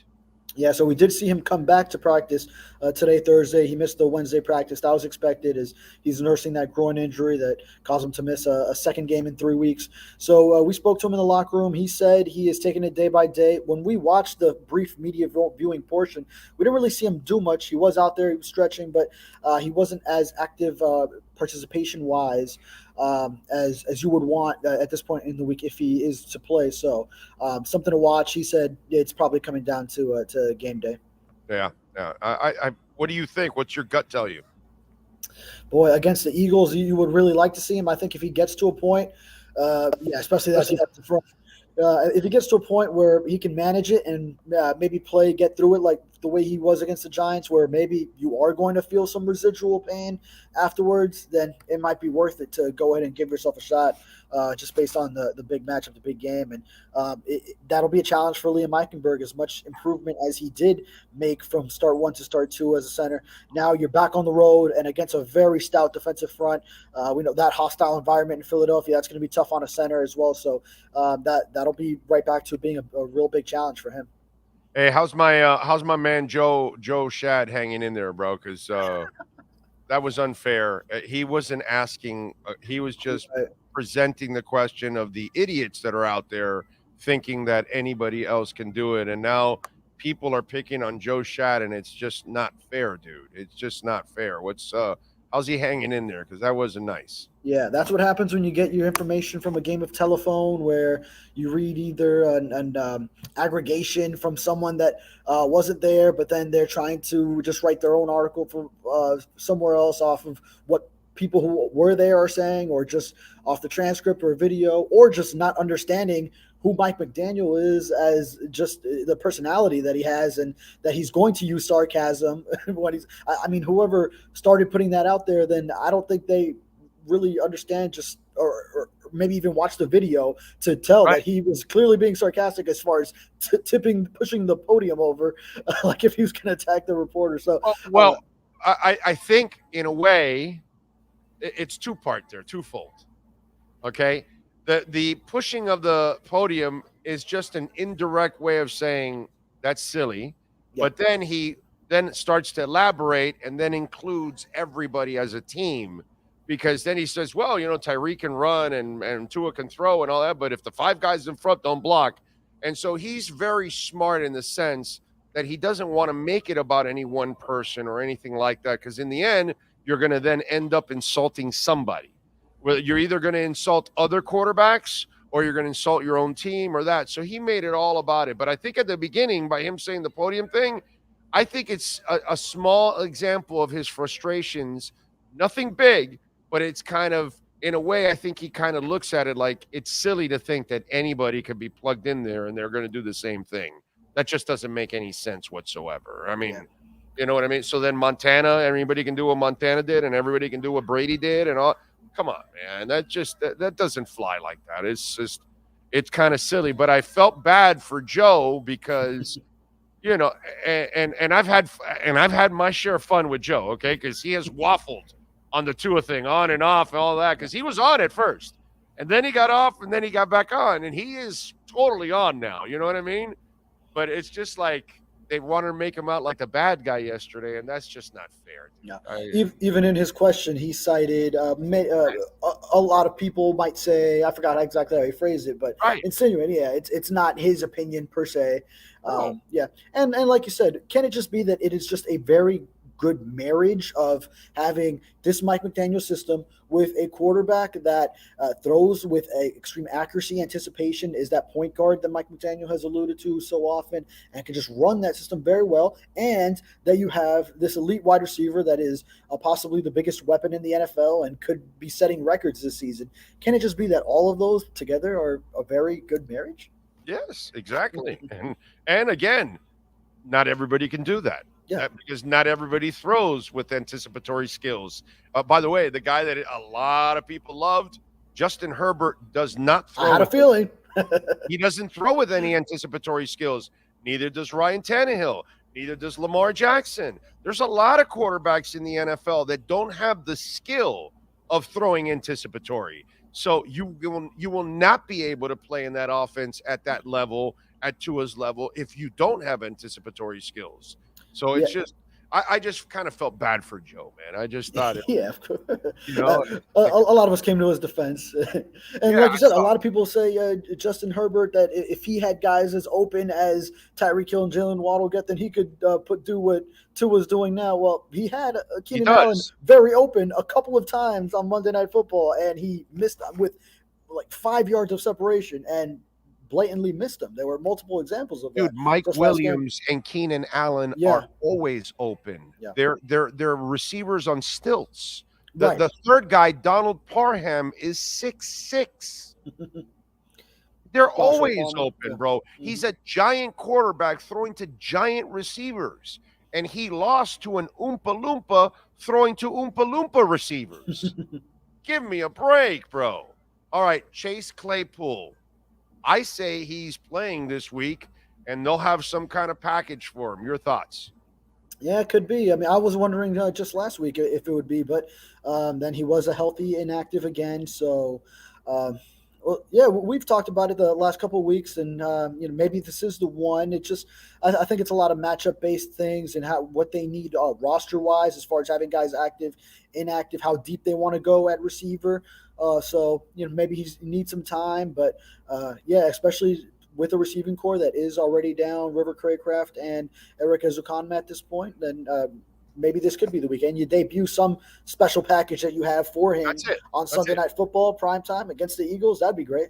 Yeah, it's a dimension that you're adding to the offense. So you'll have, some kind of Devontae Parker type packages, for him, because like AJ Brown, he's one of those kind of guys. He's a mismatch guy, that he's like Mike Williams and Keenan, that he's a guy you can throw a 50-50 ball that's really 70-30 in his case, because that's what AJ Brown is. When you throw a ball to AJ Brown, shit, that thing might be 90-10 with AJ Brown, because that guy is, oh my God, that guy is freakish strong, dude. Yeah. Holy crap, that guy is strong. But, those kind of guys. So for me, that's why I think, and this is the perfect kind of game for it, man. Perfect kind of game. Pressure's coming. All you got to do is play alley-oop. And who's better at accuracy and ball placement than Tua, bro? I think, he did it with Gesicki. I picture that Gesicki play, and I'm going, Chase Claypool can do the exact same stuff for him. Yeah. I would think right now the decision with our partners at Welton Rayom, it might be a hung jury right now at this point. I'm trying to bring up different legal terms every week to incorporate them. Yeah, am I doing that right? We don't know. We don't know what's going to happen. So yeah. Kind of a hung jury here. Yeah. Yes. So I'm gonna have to get with some of my lawyer friends to find out new deeper cut type of legal terms to start working into my segments. You're going to have to watch some Law and Order, bro. Yeah. That's it. Some Law and Order. Get some stuff that's constantly in the courts, and you'll get the liners there. The one thing, I had a little fun with this at the beginning of the show, okay? And very few of us can do this because you got to be old to kind of remember it and then put it all together. So back in '85, the Dolphins hosted a undefeated Bears team that came into town. And the Dolphins were the speed team, finesse team. They weren't really considered a physical bunch. They had all that speed on the field with the Marx brothers and all that. And the Bears, well, their secondary wasn't a great secondary. Their front seven was awesome, and they could pressure a lot. So Shula and the boys figured out a way to put the pressure on them and win and hand them their first loss. Right? And their only loss. And then you were hoping, if it wasn't for our Dolphins freaking choking in the AFC Championship game with all those fumbles, there would be a rematch at the end of the year, because that was the kryptonite to the Bears. Unfortunately, they choked against the Patriots. The Patriots went to the Super Bowl, and they got thoroughly embarrassed because they did not scheme fit against those guys. They couldn't attack their weakness. Well, Sunday night, you're playing the physical team against what's considered more of the finesse speed team. And what's not their strength is their secondary. So in a way, this is going to be the physical matchup that Miami has not been able to pass yet. So if you're able to do that, that's great. But even better, if you can win this game and somehow out-scheme them offensively, because I think that's what you're going to have to do. I think the offense is going to have to carry. I think the defense just has to be timely. Get a couple of right stops at the right moment, and you barely win the game, whatever, by a score or whatever. And, you get by and you win. But I think the offense will have to carry it. But more importantly, it also sends a message to the Eagles that if you do meet them again in the Super Bowl, you know exactly how to go after them. You know what I mean? So I know that in the big picture, you lose this game, really, you haven't really lost much, because if you go on to beat Kansas City, take care of the rest of the scrubs on your schedule, and even beat the Bills, you'll be in golden shape. But by the time you get to the Super Bowl, if you meet Philadelphia again, you're going to go, oh, crap. They handed us a loss the last time. We need to do better. I think this game, while it's not the most important in the big picture, it could be important in sending a message. And on top of that, proving to yourself that you can cross that threshold of physical play.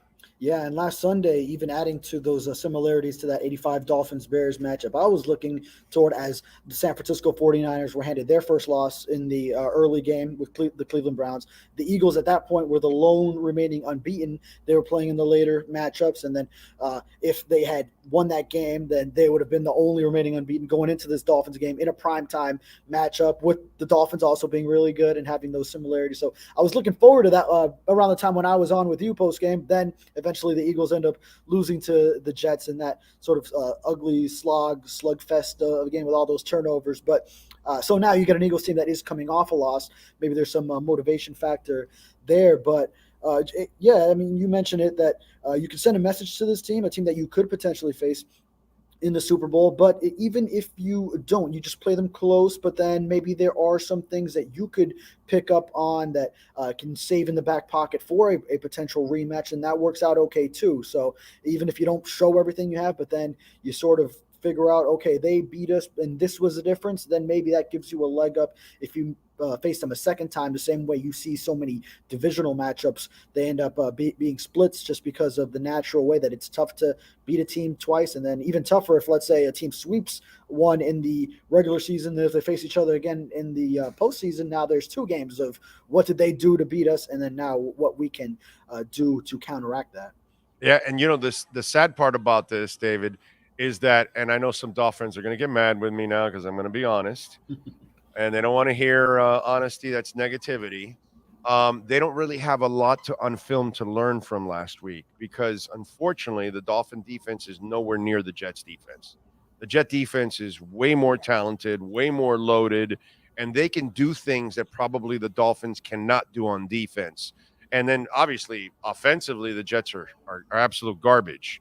So there's nothing for the offense to learn because that offense barely even had offense last week. It was the defense that pretty much carried that game, overall. So it's going to be hard for them to pick up anything from that game on the defensive side of how to attack the Eagles. Yeah, and it's just going to be tough to replicate that. The Jets won by forcing 4 turnovers. The Dolphins haven't created a takeaway since the Week 3 game against the Broncos. They've gone 3 straight games without a turnover, even if the defense has been better against the Giants and Panthers. No takeaways against the Giants, lost that turnover battle 3-0, and then didn't have one against the Panthers. So even against those teams, they are getting to the quarterback, leading the league in quarterback hits and up there in sacks as well with 21 of those. So those effects on a quarterback could lead to them eventually, but it just hasn't in recent games. Yeah, man, it's been tough, dude. What's your key in this game? What's the most important thing you think the Dolphins have to do in order to win this game? Yeah, definitely exploit that Philadelphia secondary. So I want to see the passing game light it up. Tyreek Hill and Jalen Waddle, big games from both of them.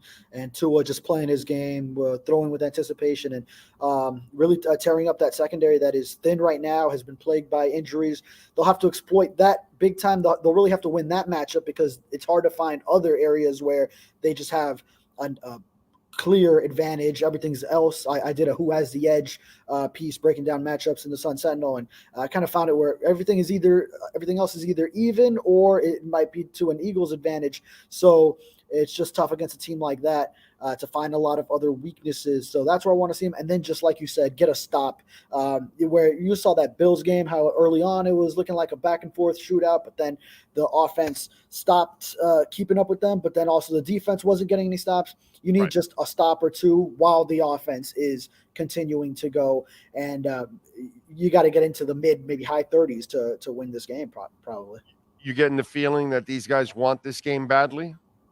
Yeah, well, I think a lot of them are trying to take, at least what they tell us, is the approach of it is one game of 17, not trying to make it more than it needs to be. I know you roll your eyes because that's the PC answer. So, I'm trying to get a read on them to see if that's how they really feel. I think deep down inside, they don't feel that way. Once the game arrives, then you're showing up on primetime Sunday Night Football. You're coming through the tunnel at Lincoln Financial Field, and those Philly fans are booing the hell out of you.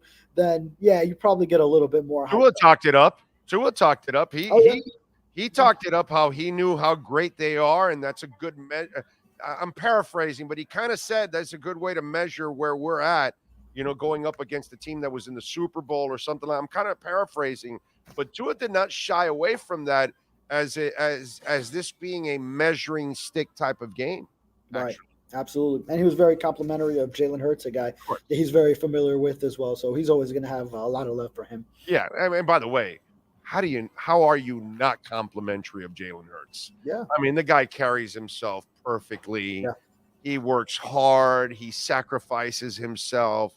He improved last year in his passing and everything.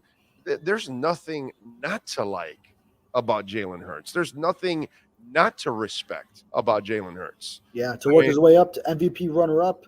Yeah, just a few years ago, he was subbed out at halftime of the college football championship game. That wasn't too long ago. That was 2017. It was in January of 2018, that 17 season. And then he's benched for the next year. He's a backup to Tua, and then transfers, has to take this circuitous route to the success. Already has his big contract, so as a second rounder, then got there even ahead of Tua, and then on par with others in that same draft class. Tua hopes to get his this offseason, probably. The way he's going, it's looking like he will get a plentiful, lucrative deal. So, just you got to admire the way he persevered. The only knock you can have on him in recent games is those turnovers. So that'll be something the Dolphins can see if they can jumpstart the turnover forcing aspect of the defense here. Yeah. If he keeps going like that. Yeah. I think he'll be fine. You're going to make some mistakes, and I think in the Giant game he got a little cute, and I think they took a little extra chances than they should have because they didn't really respect. They'll never tell you that, but the way they played, they didn't really respect the Giants. They thought they could take some chances, and they knew they weren't going to lose the game no matter what. Like you said, they lost the turnover badly, the turnover battle. Normally, you lose that game if you lose the turnover battle badly, but because you're playing a terrible team. And by the way, kudos to Nick Saban. I know we're not supposed to do that down here, but I kind of feel bad for. Even though I don't believe in Mac Jones being some kind of elite player, but I think he's in a really effed up situation with Patricia last year and everything going on with Belichick now and all that. But when I look at the way Mac Jones is, the way Hurts is, the way Tua, Nick also recruits good human beings besides picking, players and quarter and talent and all that. Those dudes and Bryce Young, by the way, another one.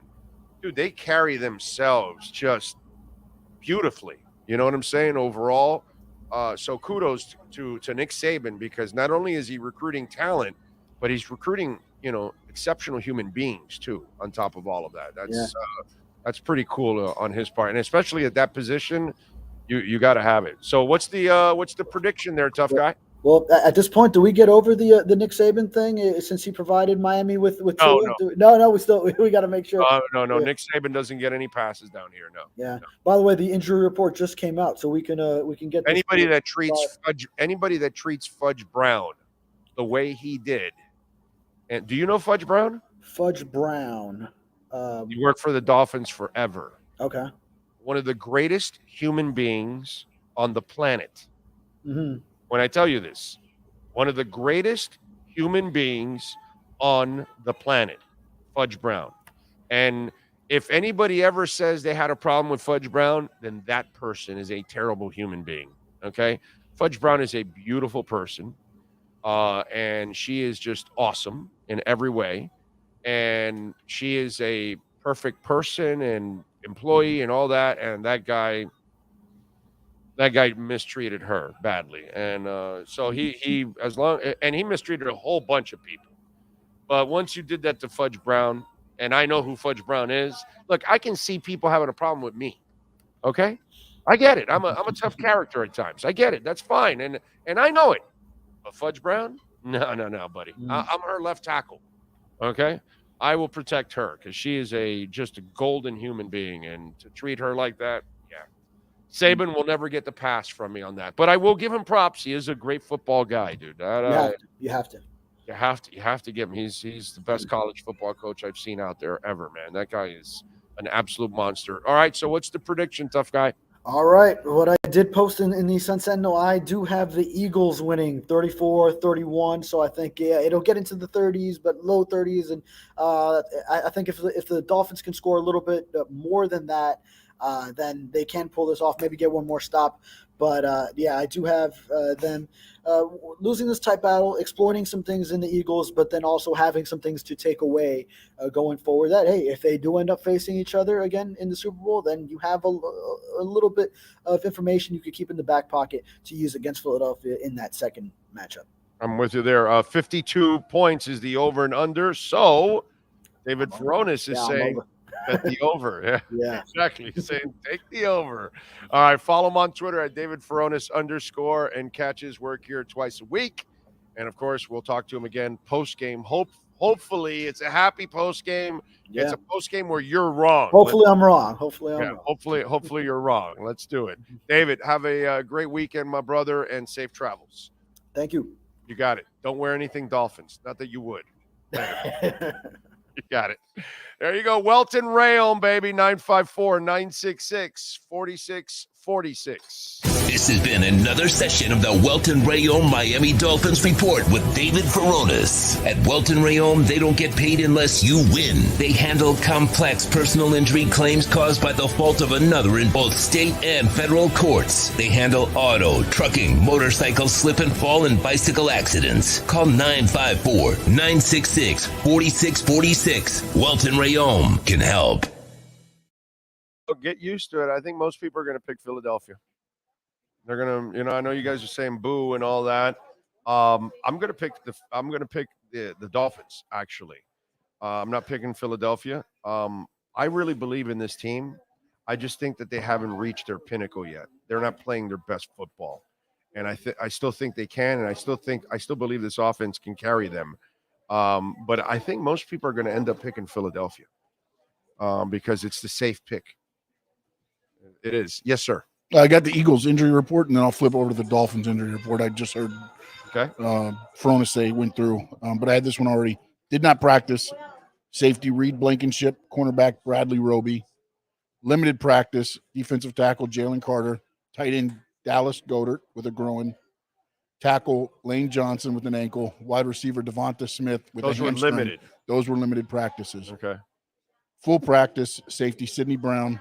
Cornerback Eli Ricks. Cornerback Darius Slay, defensive tackle Marlon, I don't even know how to pronounce this word, Tiapulato. All right, whatever. And defensive tackle Milton Williams. Those were all full practices. Okay. And now I'm going to go get the Dolphins. All right, we'll get the Dolphins. What about Edmonds from the Bears? I see something about how they said everything is open to trade. Well, when they offer them, maybe they'll talk about it. I don't know. We don't know anything, Cash the Jeweler, until they actually say that somebody's available and that they're talking and all that stuff. Who was Fudge Brown and what did she do and where is she now? She's working in PR. She was working for the NFL and the Super Bowl and all that kind of stuff. And I'm not sure exactly where she's at now, but he basically got rid of her from the Dolphins. So, yes. All right, Dolphins did not practice. Of course, Chris Brooks with ankle and a knee. Andrew Van Ginkel with an illness. Well, no. You know what happened, right? His kid, man. Unfortunately, I retweeted it. His kid got injured. No, and they put him down as an illness. So. The wife and Andrew had to go. It's on my Twitter feed, man. Mrs. Van Ginkel, tweeted it out and all that, and so it looks like the child is on the rebound and. Ooh, scary stuff, dude. If you're a parent, you know what I'm talking about. Yes. Okay, so then did not practice yesterday. Limited today was Xavier Howard and Alec Ingold. Okay. Limited also Kader Kohu, Nick Needham, Jalen Ramsey, Connor Williams. And full practice today, Chase Claypool, Jalen Phillips, Jeff Wilson. Okay. All right. Tua is a master archer. Probably. He probably is good at archery because he's got that pinpoint accuracy, dude. He is a special cat. I'll tell you that.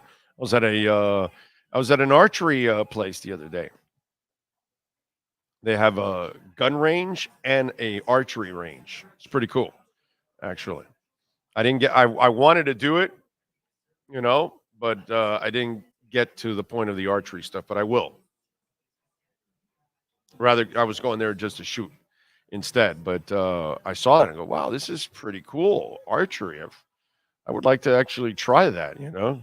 I remember back in the day when we were kids, very 70s, we would, you know, you'd watch any of those Robin Hood type movies or whatever, and then you went out to the backyard and you wanted to make a bow for yourself. So you had to go find the right branch that was long enough that you can bend and then tie the rope to it, you know, the one that you can flex it with, and then create your own bow and arrow, you know what I mean? And then you'd rig some other branches that were long enough, that were straight enough that you can make them, you know, arrows and stuff like that. It was funny, man. I remember back in the day, I had like a whole bunch of banana trees.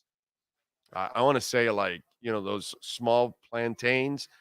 We had I literally we had a big yard. It was close to an acre. I think it was like 3/4 of an acre. In Little Havana, to have a yard that size is like freakish. But anyway, we had a huge yard. I had a whole bunch of big ass trees. We had tree house and all that stuff. And we had like I don't know, I want to say like 25 of those trees. So it wasn't a big deal. So I'd get one in the far corner and use that as archery and try to get the arrows into stabbing the tree, you know, back in the day. That was fun. When you're a kid, your mind, you know, you gotta it's different. We didn't have all the video games and all that kind of stuff. So you had to get creative, you know, back in the day. You had to create your own what's it called? Street cars out of shopping carts. You had to build your tree houses, you know, whatever it was, man. You just kind of had to get crafty back in those days. It was a different kind of childhood. We had to use our imagination a hell of a lot more than kids nowadays. Nowadays, it's, you know, everything's pretty much done for them. We literally had to create stuff for ourselves. Oh, Fudge Brown was his secretary who told Saban the haircut was nice, and then he fired her for speaking to him. Yes. Yes. So you know the story. Yeah. Yeah. She said, oh, the haircut looks nice. And you couldn't talk to Saban in the building. You couldn't cross his office door. He put a red velvet rope around the door, so you'd have to go around. It bothered him if you walked the hallway right in front of his door, which is like every office in the world has hallways that go by everybody's office. But in his office, no, you can't walk by his doorway.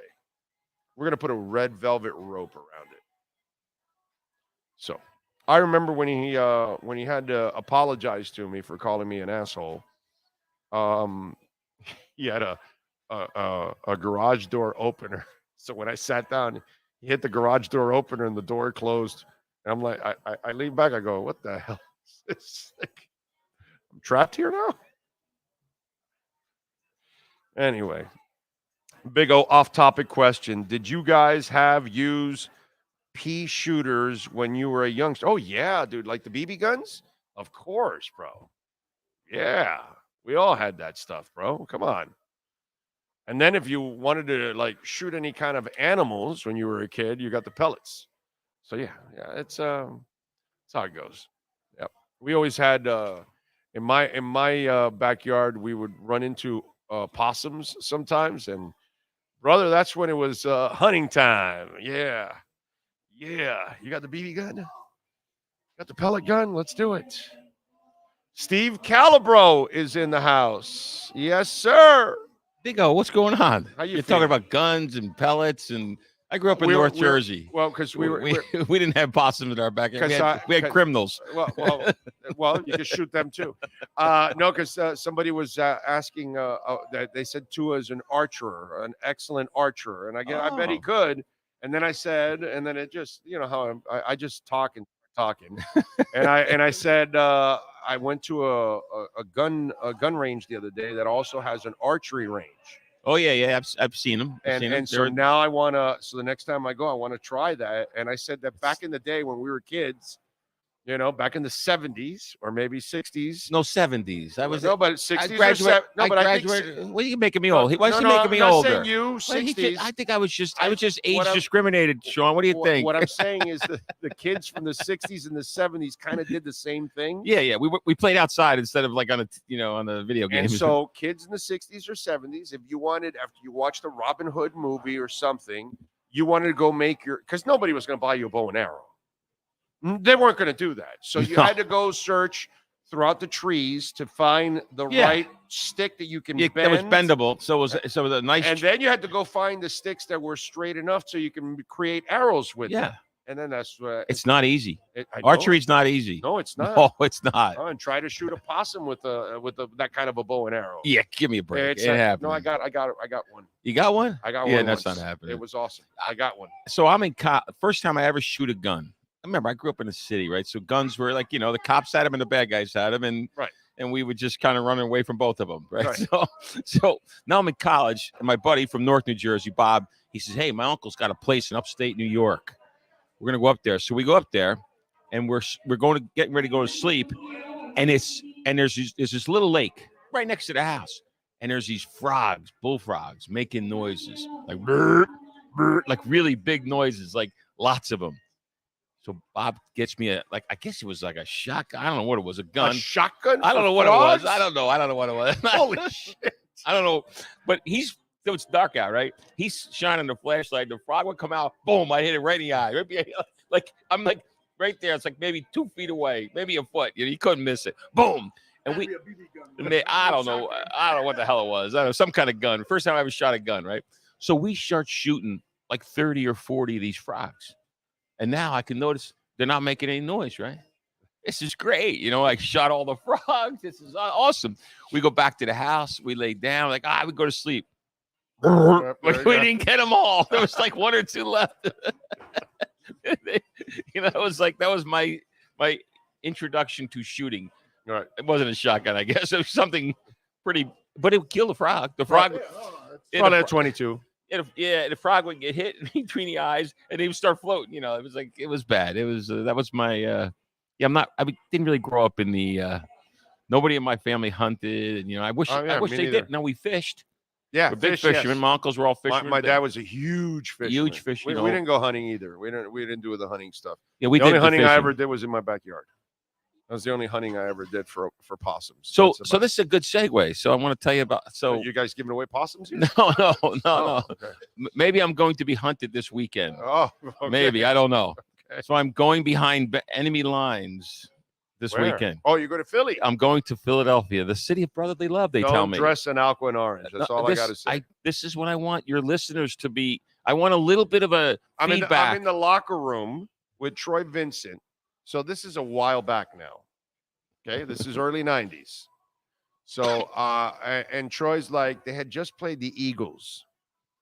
And he goes, "Yeah, no, we're leaving the stadium, and there's a Dolphins fan, and there's like 8 Eagles fans beating the crap out of him."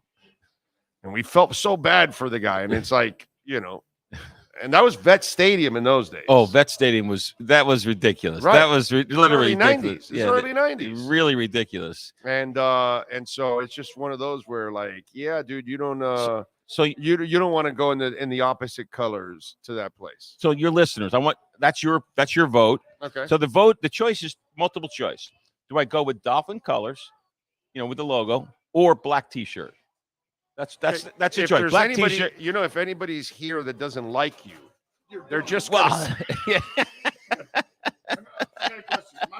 Well, that might be bad. Does he go in black or does he go in? You got the Broncos, Sean. What do you want?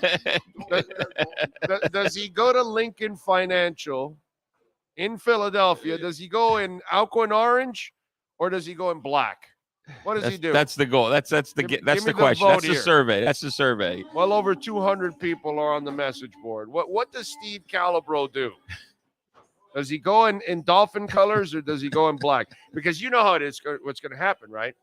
So a bunch of them. Oh, you coward! You got to Dolphin colors. Support the team. Support the team. And not one of them would do it. One of them would do it. They're going to tell you to do it.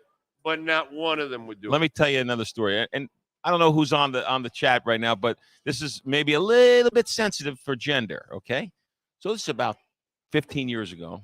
I'm just dating my current wife, right? I'm just dating her, and I say something to her. It's a little bit dicey. I say, "Listen, I'm going to the Eagles game. I'm going to go to the Eagles Giant games," and I said, "But I'd take you, but it's not." I would not say this in 2023, but I said this 15 years ago. I said, I'd take you, but it's not really a place for a woman. And she goes, what do you mean? What do you mean? Like she's giving, she's a little bit of she can take care of herself. She's small, but she's like Billy Martin. She can take care of herself, right? Right. So she says, what do you mean? How bad can it be? I said, no. I said, like I'm telling you, it's the vet. It's really bad, right? It's really bad. So she's like, give me a little back, push back. And I said, listen, hon, why don't you come? So she's going to come to the game. Okay.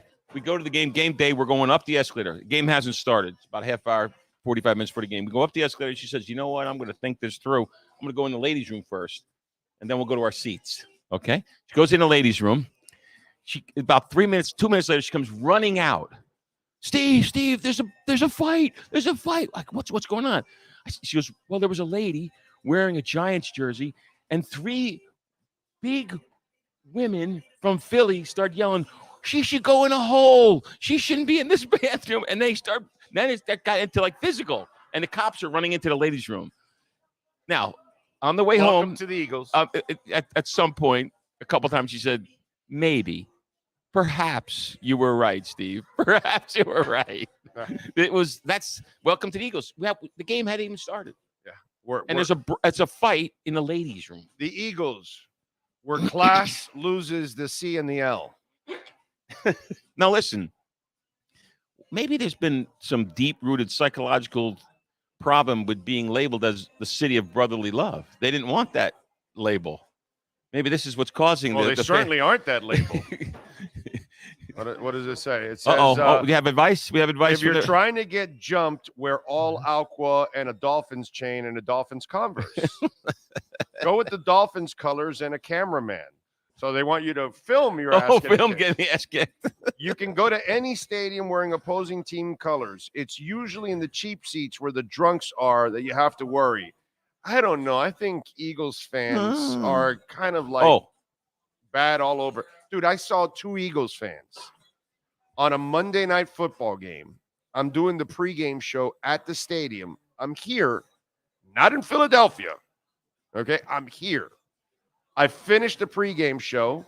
I throw it to the guys up top and because they do the next 15 minutes and set the scene, all that crap before the game starts. So it gives me 15 minutes to get to the my press box seat and all that.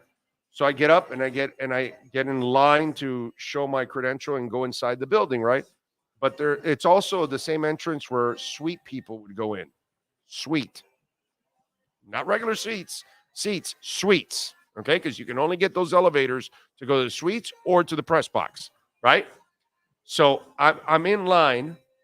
2 guys in front of me are Eagles fans. 2 people in front of them is a 75-year-old couple. Dressed in Dolphins gear, they're at Dolphin Stadium. These 2 Eagle fans, these guys are drunk. They're probably in their late 20s to early 30s, and they are mother effing those 2 old people all the way through the line. And I just didn't, I'm in the media at the moment. I didn't really want to get into it, so I just let it go, and eventually when they got closer to the security, they shut up and they didn't say anything. But those 2 poor old people were getting hammered by 2 Eagles drunk-ass fans. Oh, and by the way, that same broadcast that I was doing, I had a drunk Eagles fan that was screaming into our broadcast. Yeah, because you're talking about the Dolphins and you're Miami. Yeah, and it's like these people, they came straight from the caveman. I got another one. That's all I can tell you about Eagles fans. I'm at the Eagles game. The worst. I'm up pretty high. I'm pretty high up there. So you've seen the fight. It's at the vet. This is years ago. You hanging out with Snoop Dogg? Well, I don't think he's up in 700. Not that high? Not the 700 not level. Not that kind of high. Yeah, not the 700 level. No, I'm thinking about another kind of high when it comes to Snoop Dogg. I'm up there. I'm up there. Okay. So I see below just obnoxious, all game they're obnoxious. They got banners and they're drunk and they're harassing everybody that's wearing any other color. And so it's really bad. This is a rough group of people. So about the third quarter, I'm going to go down and get a soft pretzel. I'm in Philly. I get a soft pretzel and a beer, I'm walking down. I look over, and who is it? I'm not going to give the gentleman's name, but it's the CEO, Chief Executive Officer of a mid-size gaming company that does big revenue. This is a guy that goes to work every day, the suit and tie, has like 10,000 employees. He's the leader. He yells to me, "Hey, Steve." He knows me, right? He tells me that he has a school bus, this is the CEO, that's painted eagle green, and him and his buddies, he drives the bus. He's the CEO. He's not a truck driver. He's not a plumber. He's not a blue-collar kind of guy. And he's just as obnoxious as the next. Nice guy. I love him. I don't know what it is. Let's not say obnoxious. Let's say passionate. Let's say passionate. No, I'll go with obnoxious. Eagles fans are just the worst, dude. The Philly fans. So it doesn't matter, like what walk of life. It doesn't matter if you're, I got something for you. Shoot. I got something for you. You ready? This is what Steve needs to do. Oh, this doesn't sound like it's gonna be good. It's confusing as shit. You'll F the hell out of them. You wear an Eagles jersey that has a number 1 and Tua Tagovailoa on it. Start walking around and they're like, "Oh, he's wearing Eagles colors." But then after they look, no, I think that's a Tua jersey, but Eagles. And then they're like, well, "Wait a minute, is he rooting for the Dolphins or is he rooting for the Eagles?" That's a guaranteed fight. That's a guaranteed fight. Like, you wear a Merino Eagles shirt. Merino Eagles shirt, yeah. Merino Eagles. Zach Thomas Eagles shirt. Currently, yes. That's what you do. You screw with them. You just mess with them. You say, "Dude, I love the Eagles. I was just hoping that Marino would have played for them back in there. How about you? Don't you?" That kind of stuff. That's it. And so, well, I have another thing that's related to this. So, what's that? Oh yeah, an orange Big O shirt. That's right. That's what you should wear. Yeah, that at the Eagle game. Oh, I love it. I love it. Wait a minute, is that your? I'm XL. Sorry, I'm XL. Yeah, I've eaten too much. Yes, but so I'm going to talk about. Oh, awesome! I can actually. No, I think I might wear this. This might be perfect. Black. Right. This is perfect. Oh, you take a picture of that if you do wear it. Oh yeah. Listen, I'm going to wear it to the Dolphin game because I get on. I'll get you an orange one for that. In my seats. I get on the TV all the time. Oh, okay. My seat is here, and this right here, where I'm pointing to the camera here, just about literally 18 inches away, is the top of the scoreboard. I mean, the game clock. Okay. So when the quarterback's like on the 5-yard line, and he's looking. It appears like he's looking at me, and so when they do extra points, that's your home seat. That's my home seat. That's my home. Now going to Philly, we're up a little more. We're in the corner a little, but I'll wear both. Telling you, you'll mess with them. You wear an Eagles jersey that's Merino. That'll be just your viewers are gonna F with them completely. Your listeners are gonna be all like, "What's this guy, an NFL freak?" So I went to the Carolina game. It was awesome. I will tell you something about my observation there. Bryce Young. Yeah, he's really small. Yeah. Oh yeah. No, he's really small. Yeah. I'm taller than him. I'm 5'10". Yeah, he's definitely small. No, he's smaller than Tua. And he says listed 204. I'm 205. That guy's 190 pounds if he's soaking wet. Yeah. Right. So he did okay the first couple of days. So I went to the game this past Sunday. Last Monday, I was in Vegas. I went to the Raiders and Packers, which was two totally anemic teams. But when you watch the Dolphins now. Oh, it's fun. And then you watch other like this Monday night game that just passed. Ah, it was like pitiful. Yeah, it's like watching paint dry. Yeah, like the Dolphins have made like most of football look boring. Yes, it's really exciting to watch them this year. Yeah. But so Monday, my wrap. I'm just going to give you a little for your listeners' purpose. I mean, go to Allegiant Field once. It's way too expensive. Las Vegas has gotten way more expensive than previous years. The stadium itself is nicer from the outside. Like if you're in a drone. I love it on the outside. I haven't been in there yet. From a drone inside, it's okay. It's vanilla to me. Oh, really? Yeah. Now there's a different vibe in the stadium. There's three things I noticed. Right. One is there's this house band, and they play like the entire game, and they're good. They're like a great band, and they were Well, right in Vegas, you know, if you go to the hockey game, they make it an incredible presentation. So if you're in Vegas, you better like your entertainment. The band was great, but has to be. But the guy next, I went there with a bunch of guys from Mexico and South America. Right, we were at a gaming show together, and they didn't really know NFL, and they were like, well. Like, is it always like this? Like the football game seems to be like an afterthought. You know what I mean? Like, you know, it was like the band was playing, and it is the Raiders and the Packers, and it was poor Jimmy G was like, oof. But anyhow, the other thing I noticed there, it's the perfect location in the NFL for visiting teams to go to. Oh, for sure. There was 40% Packer fans. It'll be like and that all nobody's the time. giving them shit. Nobody's giving them any crap. Yeah, like they're wearing all their green and yellow, and they're it was like in Oakland you were going to get some crap. Yeah, but not there. Think about Las Vegas. It's the perfect place, and then it's really the perfect place to go to a visiting game. The only problem is, can you imagine if you're a Giants or a Packers fan that you can never go to your game because like it's sold out? You just wait for one of those road trips so you can go get it. I'll give advice to your listeners: get your hotel room 3 months in advance, because everything goes up. Everything goes up in price. The hotel rooms were double on Monday night, but fun. It was fun. And then I went to the Giant game. Giants and the Dolphins game, right? Which was like it's just really bad. Yeah, it was like the Giants are really bad. I mean, they got 3 turnovers and they still couldn't beat Miami. That's how bad they are. Now, so let's go to this game that's coming up. Philadelphia. Yes, the Dolphins are, I guess, plus 2.5 right now, right? Is that what they most? Yes. Yeah, plus 2.5, right? What do you? I don't know. I think it's a decent bet. It is a decent bet. I like the Dolphins, but I mean, listen, this is the ultimate test for them because of the physicality. There's two tests. The physicality of it.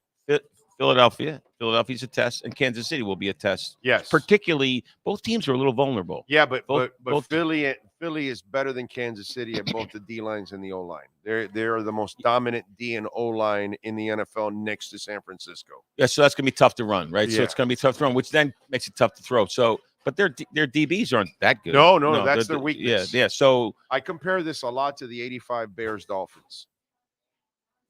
Oh, wow. Marino and company weren't physical. They were the finesse speed team. Throw team. The Bears were the physical natured team that came in and kicked your ass. But their secondary with Fensick and all those guys weren't that good. They lived off of their front seven that put all the pressure. Miami was able to exploit that. McDaniels, if he's going to win this game, it's by exploiting that secondary. Yeah. And taking advantage of all your possessions as much as possible. You cannot have a ton of empty possessions in this game because Philadelphia is going to be able to move the ball on Miami because they are a physical bunch. But I find it like you'll have to play, what's it called? Opportunistic defense. In other words, you're not going to shut them down, but you just need to make a couple of important stops at the end where you give your team the ball and then two and the boys kind of finish it out. But I do look a lot of what happened in '85 and say there's some of the similarities of the physical and finesse, the speed and the brutality on one side of the ball. And so it's just I hear you, but I tell you what, I'm as a fan, I'm a little worried still about our defense. I thought it would be way better at this point in this situation. I understand, they say Ramsey's coming back a little sooner. I get that, but when you're watching Carolina walks into Miami last Sunday, and they're 0-5. And the first two series, they looked pretty good. Well, Miami didn't take them serious. I know. With the Giants, also they took chances that they normally don't. He'll never tell you. McDaniel won't tell you, but they didn't respect the Giants. They took some risky throws. That's why they turned it over. I think there was a lull last 2 weeks. Yeah, I think so. I think they all were like, after the Buffalo game, they were like, okay, well, we'll take care of business here, but Philly's the one. And I think they know that they're being measured by these kind of games now. That's why I was so pissed with the Buffalo one, because they should have won that game. That they should be better than what they did that night. To that point, obviously, Philadelphia and Kansas City, big test for the Dolphins. However, the following game is New England. Easy. I know, but you can't. God forbid you can't have a letdown in that game I don't think they'll have a letdown. It's a divisional game. Yeah. It's a divisional game. You know, it's like if you lose to Philly, however bad that is, it still would be worse to lose to. Right. Way worse to lose to a divisional opponent, particularly the Patriots. Right. The Philly game is about a test, not necessarily about playoff positioning. Yeah. It's still too early. Absolutely. And you got a ton of AFC games left, so it's not really gonna. Philly's about a test. About where are you? What kind of team are you? Like my theme has been, they've been good a whole bunch of times. They were good with Jason Taylor and Zach Thomas. They were good with Ricky Williams. They were good for 1 year with Lamar Smith. They were good 1 year with Jay Ajayi. They were good 1 year with the Wildcat, but they've never been great. They haven't been great in decades. You want to be great? You got to start beating Philadelphia and Kansas City. You got to start beating Buffalo often. Buffalo's beaten you 12-2 in their last 14. You need to start making it 9-4 in the next 13. You need to start turning this around. Like, I hate to be the old man on the lawn, but like I used to have with Shula. Shula wasn't going to lose all the big games. He was going to win most of those big games to put you into the playoffs. So that's the next step for the Dolphins. Let's try to be great, not just good. And that's what you are now. You're good. You want to be considered great? Start winning these games. Yeah, you beat. Well, think about it. It's almost common sense 101. You beat the Eagles. You beat Kansas City. You beat 2 Super Bowl teams. Right. Yeah, you are great then. Right. Then you are in a whole different level. You're in that top tier, top 3 or 4 teams in the Buffalo's league. made it to the AFC Championship game. Yeah. So these are the teams you got to beat anyways. Yeah. These are the teams you're going to end up dealing with in the playoffs. So how do you prove you belong if you can't beat these kind of teams?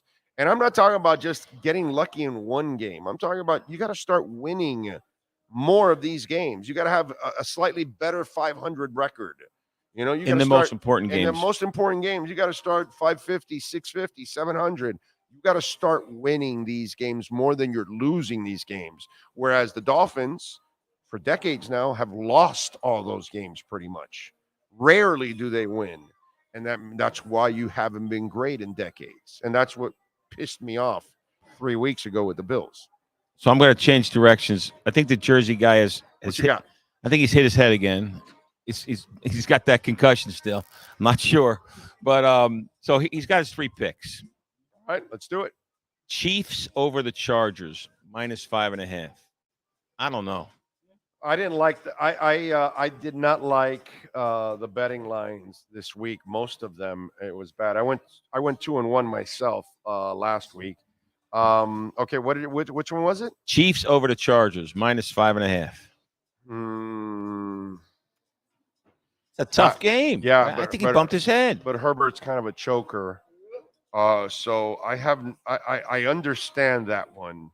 I understand the Chiefs and the Chargers. I would stay away from it still. Now, listen, I don't know. Maybe I got into his head. Maybe he's listening to the broadcast.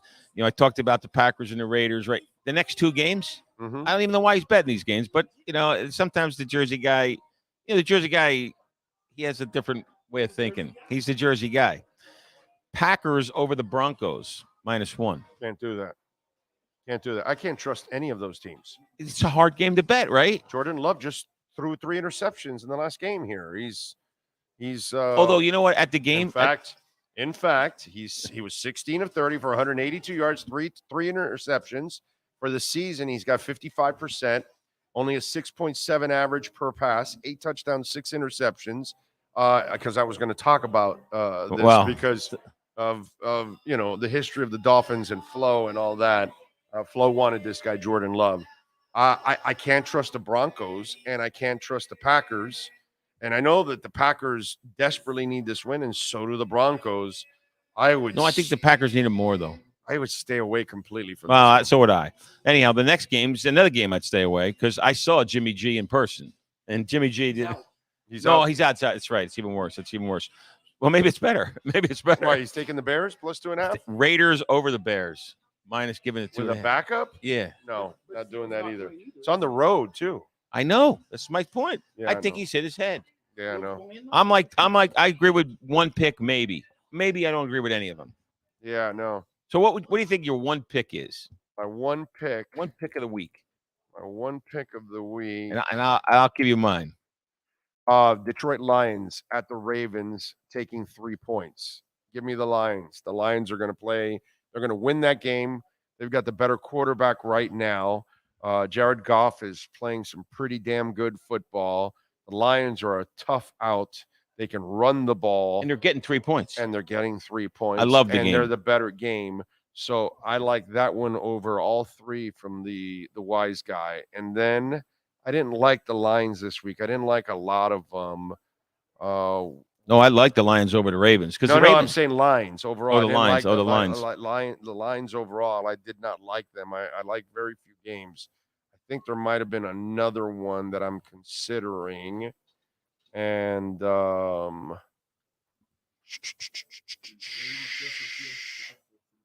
yeah, that's What's the that? thing. Yeah, Justin Fields is doubtful. Oh yeah. I'm not touching that game. I'm just not touching that game.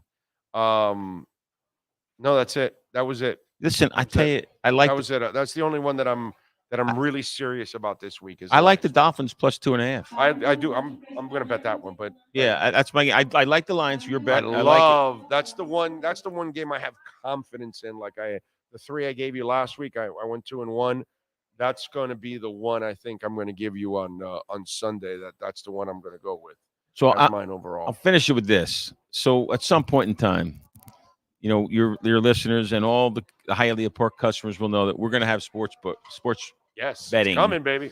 It's coming, but unfortunately, the Havanick family down there, I don't know, they want to ruin it for all the Florida citizens that are sports fans. We'll get it. We'll get it. I mean, I've been in touch. We are going to get it with Hard Rock, but Hard Rock's going through some legal. They got to get through their legal hurdles because it's the same thing as weed. Eventually, no, but look, this has already been approved by the politicians. Yeah, this has been approved by the governor. It's one family, that made $600 million by selling their Magic City casino when they should have probably sold it for $400. But the Indians that bought it from Alabama have so much money that they can't. If we start counting their money, we'd die before we got to the end, right? So they paid way too much for it. So why are you ruining the whole sports betting thing if you're really not going to lose anything? You don't have a casino in Miami. You got a horse track in Bonita. That's it. And give me a break. It's already being approved all over. Our world has changed. That's going to be. It's accepted now. Now it's not taboo anymore. So it's all same thing with weed. It's not that taboo anymore. Yeah. People have figured out that alcohol is 1,000 times worse than that, and that's legal all over the place. Plus, there's a lot of medical benefits from it. Yeah. So in the end, gambling is entertainment. And you like want anything else, dude. Okay? And unfortunately, addictions and problems happen in everything and anything in life. Most of us don't have a gambling addiction. Most of us come to 99% of the people don't have an addiction. They go for entertainment purposes. They go with a set of money. And they say, hey, man, I'm going to gamble this $50 or this $100 or $500, whatever it is you can afford. And that's it. That's your way of entertaining yourself that night. It's over already, dude. It's just like we lived this life that we were lying to ourselves about gambling or marijuana or whatever it is. And now we're coming to the realization that gambling is the same thing as going to a concert, going to a restaurant, whatever. Bro, you can go to a restaurant and spend $400 on a meal. Yeah, easily. In Las Vegas, 400 is $550. I can tell you that right now. Yeah, and here you can come here, spend $200, have a meal, gamble, have a great night, and probably leave as a winner off the damn loosest slot machines. What are the loosest slot machines in the East Coast in Florida? What? Right here at Hialeah Park. Did I forget to mention that? Strict gambling is entertainment. It's not anything terrible. That's all it is. It's entertainment, and we're figuring that out finally. It's just. At any rate, we're gonna have you for your listeners. When we get it, Mm-hmm. I'm gonna be calling in every day when you're doing a podcast. I'm gonna every day because you have to sign up on the Hialeah Park app. Yes. That's just on the Hialeah Park app. I'm going to just be pounding it across to every. Your Well, listeners are going to be sending messages saying, please tell that guy with the mustache to stop saying about this. We'll help you out too. We'll mention it every day also. Well, anyhow, thank you so much for the Big O shirt. There you go. I'll be wearing it. This is the perfect shirt to wear in Philadelphia. That's it. See, Big O has the solutions. That's it. Now, the orange would have been a little bit dicey because they might have thought orange and teal. But see how that all works out? I didn't have your size in orange. See that? See how it works out? It's meant to be. It's meant to be. Although the Eagles merino jersey is, I don't know if I can get it made that quickly. Cool idea, by the way. I think it would really F with people, especially the drunk ones. The drunk fans would be like confused, and especially it'd be a little bit rough, but they wouldn't know what to do. Does that say merino on that jersey? We're gonna have merino. He didn't play for the Eagles. Was there a merino back in the day? Was it Holder or something? Maybe it was his father. His father played for the Eagles. Somebody way to know. What was that? Yeah, that's true. Yeah. Eagles fans. Well, they might be able to understand. Oh, yeah, maybe. Yeah, there could be a possibility. They can read Big O. Maybe. Maybe. But anyhow, it's going to be a good. Look, in Philly, there is one thing they have a casino right near in the same parking lot called Philly Live, and then they have Xfinity Live. So remember the game's a night game. Okay, yeah, I know. So the players are going to be a little drunker. We have to do the post-game show. Yes, we know. No, but the fans are going to be a little drunker. Yeah, no, I know. You start drinking at 8. Yeah. By 7 o'clock, you're really drunk. Yeah. By 12 o'clock, you're certain drunk. But by 7 p.m., you're in another planet. Yeah. So we're going to have a good time, and we'll come back and report it next week. And maybe the Jersey guy, I don't know, maybe he's. I don't like those picks. Well, let's see what he does. I like my one pick over all of those.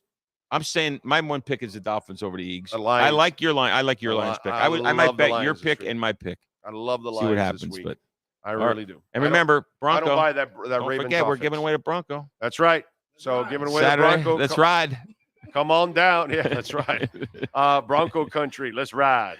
Come on down, man. You play the slots, the loosest slots in the Southeast. You play the loosest slots, and you get entries in to win that Bronco. And it's a beautiful Bronco. You got to see it downstairs. Nice. It's a nice one. When you come in, you'll see the Bronco because it's right outside. They've given an Alfa Romero. They've given a Chevy truck. They've given a Mercedes. No, a Ford F-150. A Ford F-150. That's Lightning. Right. The Lightning. Right, the Lightning. Right, we went electric there. That's right. Which is another weird thing. Electric. I don't know. That truck is badass. I know. It's almost too fast. I'm telling you, I drove it. It's too fast. It's awesome. too light. And the front was like, whoa. What is? And you open up the front like you expect to see an engine. There's this giant hole. It's a trunk. A trunk. It's a giant trunk. It's kind of cool in a sense. You can really, I mean, big trunk, but I don't know. But it moves, dude. It's really fast. It flies. Yeah, those things are awesome. All right, Big O. Thank you, my brother. Thanks a lot, man. Appreciate Thanks you. Thanks for the garb. Now I know what to wear. And hopefully I get on TV in Philadelphia and you're watching the broadcast. And yes. It's the 8:00 game. You'll be seeing the game. We'll be watching. Oh, it's a Dolphin game. We'll be watching. I mean, give me a break. That'd be good to see a Dolphin Big O. game for me is religion. I just hope that you don't see me when there's 3 or 4 Eagle fans just pounding on me because they've heard me cheer or something. Well, actually, wait a minute. How's the blood? Does the blood stains get out of this shirt? Wait a minute. Hold on a second, dude. No. Hold on a second. Oh, for exposure. There's only one other Big O in radio. He works in Philadelphia. No, get out of here. Orway or something like that. I never heard of him. Look it up. Philadelphia host, Big O in Philadelphia. Listen, Orway or some shit like that. Because I've been over the years. People have said, "Hey, there's another Big O in Philadelphia," or something. I never heard of him. I don't know the guy, but I think it's something like Orway or Arnway or some crap like that. I can tell you this. Here's a little nugget for you. When the Eagles lose, especially if they're on a little bit of a losing streak, you got to tune in to WIP. Their sports. Oh yeah, I know. And just listen to the fans. The fans are they'll make you'll laugh your head off. Oh, for sure. They want to kill the players, fire everybody, everybody's bad, and it's just one of my favorite things to do. Listening to WIP only after the Eagles have lost 2 games in a row. Right. Then the fans turn on them. But no? anyhow. Is he retired already? Big O, you're the only Big O. Don't even say you're trying to be humble. You're the only Big O. No. There was another guy in the Northeast. There's no other.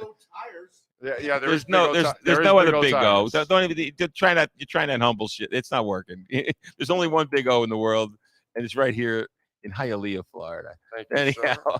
thank you, and I'm gonna adios, muchachos. See you later. All righty. Thank you, my brother. You got it. Let's see. Because I want to say it's like Orway or something like that. Damn, I just put Big O, and this is the Jeff Mosier interview comes out on the top. Yeah. Just our stuff is coming up. Yeah. Because I thought it was, I could have sworn there was another guy I've been told many times over, but maybe he retired. I'm not exactly sure. He is called the Big in Philly. Is that what it is? Somebody says. Yeah, I forgot the guy's name, but yeah, it was something like Ornway or something like that. Somebody told me many times. I've been told that actually. A couple times I've been told that there's some other guy that uses the moniker Big O. The Miami fans do the same, and I can guarantee that all the teams have bipolar fans like that where they can't make up their minds. Oh, for sure, but there's nothing like Philadelphia, Jamie. There's nothing like those fans at all. Pat in Nashville says gamblers are at least smarter and wear diapers to keep on playing. Drunks just pee in their pants. Say, hey, let me tell you, there's some of those old ladies that they want to park themselves in front of that machine, and they have that thing like you have to stay on that same machine for a while. And so they won't move. Because then you've got those other people that are just vulturing around the casino, and they're eyeing the people that are playing that one slot machine a whole bunch. And then they see that they don't win, and then they swoop right in and start playing that machine because they think that then it's due at that point. You know what I'm saying? Like there's like this strategy that these people use for it, man. It's crazy stuff. So anyway, you think we need a middle linebacker? Yeah, I'm sure they'll probably try to get one in the offseason, my friends. That's probably what's going to end up happening. All righty. Let's get to a little music history. By the way, music and entertainment, before we do anything, rest in peace, Burt Young. Passed away yesterday at the age of 83, a.k.a. Polly from all the Rocky movies. He passed away. And there was did you know that he was a boxer and trained under Customato? I did not know that. I didn't know that nugget about Customato, which Customato is the guy that obviously trained Mike Tyson. But I had no idea that Burt Young had that. He was like 17-0. Here it goes. Career of a film tough guy who won an Academy Award nomination for his role for the boxing fairy tale Rocky. Died October 8th in Los Angeles. He was 83. No cause or location was given. His death was confirmed by his daughter, Anne Moria Steigerser. Young's resume included more than 160 films and television credits, including appearances in Chinatown, Once Upon a Time in America, The Pope in Greenwich Village. An ex-Marine and former professional boxer, Young parlayed a bulldog continuance into a long Hollywood career. His television gigs included roles on MASH. He appeared in films like The Gang That Couldn't Shoot Straight, Cinderella Liberty, Back to School. Oh, yeah, he was the limo driver in Back to School. The Last Exit to Brooklyn in 89. He also wrote and starred in Uncle Joe Shannon's 1978 The Story of Jazz Trumpeter, whose life imploded before his redemption. But it was Rocky that his star truly shined. He played Polly, a butcher, and a brother of Adrian, the latter who blossomed from a lonely introvert into Rocky's girlfriend by the end of the show. He also introduced Rocky to the slabs of hanging beef that he used to train in the unusual adaptation of A Heavy Bag. Rocky received 10 Academy Award nominations, including Young for Best Supporting Actor, and won 3 Oscars, including Best Picture. You were an incredible man and artist, and I and the world will miss you very much, said Sylvester Stallone. Burt Young adopted a name as an actor, was born April 30th, 1940 in Queens, New York as Gerald Tomaso de Luis. He began boxing when he was in the Marine Corps and trained under legendary manager Customato. He had a record of 17-1. How about that? Moving on from that, he set up a meeting for a woman at a bar who he wanted to meet, Lee Strasberg, the famed acting teacher. Young found a spark and wound up studying with Strasberg for 2 years. In addition, his daughter, Young, is survived by his brother Robert, and his grandson, his wife Gloria, died in 1974. And rest in peace, Burt Young. He is one of the all-time characters in a movie. Is Polly, man. No doubt about that. All right, let me give you a little music history today. On October 19th, in 1968, 18-year-old guitarist named Peter Frampton played with the Small Faces during a London concert. Soon after, he joined Humble Pie. In 74, Bachman Turner Overdrive went to #1 in the U.S. album charts with Not Fragile. In 2004, the soundtrack to the film Alfie came out. Many of the songs were performed by Mick Jagger and others by the Eurythmics and co-founder Dave Stewart. In 85, Aha had the #1 song in the country with Take On Me. In 93, Pearl Jam on this date released their second album, Verses, which featured classics like Daughter, Dissonant, and Elderly Woman Behind the Counter in a Small Town. In 2004, Nirvana's Dave Grohl and Chris Novoselic appeared in public together for the first time in a decade at a Las Vegas rally for Democratic presidential candidate John Kerry. That is not a flip-flop. In 2005, how many of you even got that? Anyway, in 2005, U2's Bono had lunch with President George W. Bush in the White House, where they discussed, among other issues, fighting AIDS. And that is what happened today in music history. Birthdays today. Little Durk, a rapper. I have no idea who he is, but he's 31. Michael Gambon, the actor. We lost him this year in 2023. He was born on this date in 1940. Trey Parker, TV producer and, of course, creator of South Park. Born in he's 54. Obviously born on this date. Let's see what else. Ashley Harris, soccer player. She is 38. Floyd Mayweather Sr. is 71 today. Bella Moore, TV actress, is 18 today. Jean Favreau, actor, 57 years old.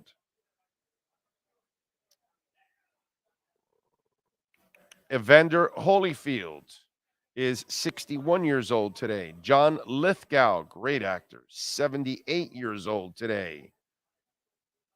Colton Dixon, it says rock singer. Okay, I guess American Idol. Okay, I don't know who the hell he is, so I'm not even going to say his birthday. Let's see.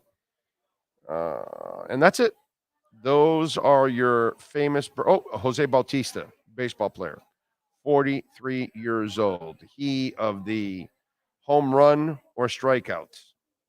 That's kind of who he is, pretty much. Anyway, there you go. That's what happened today in music history.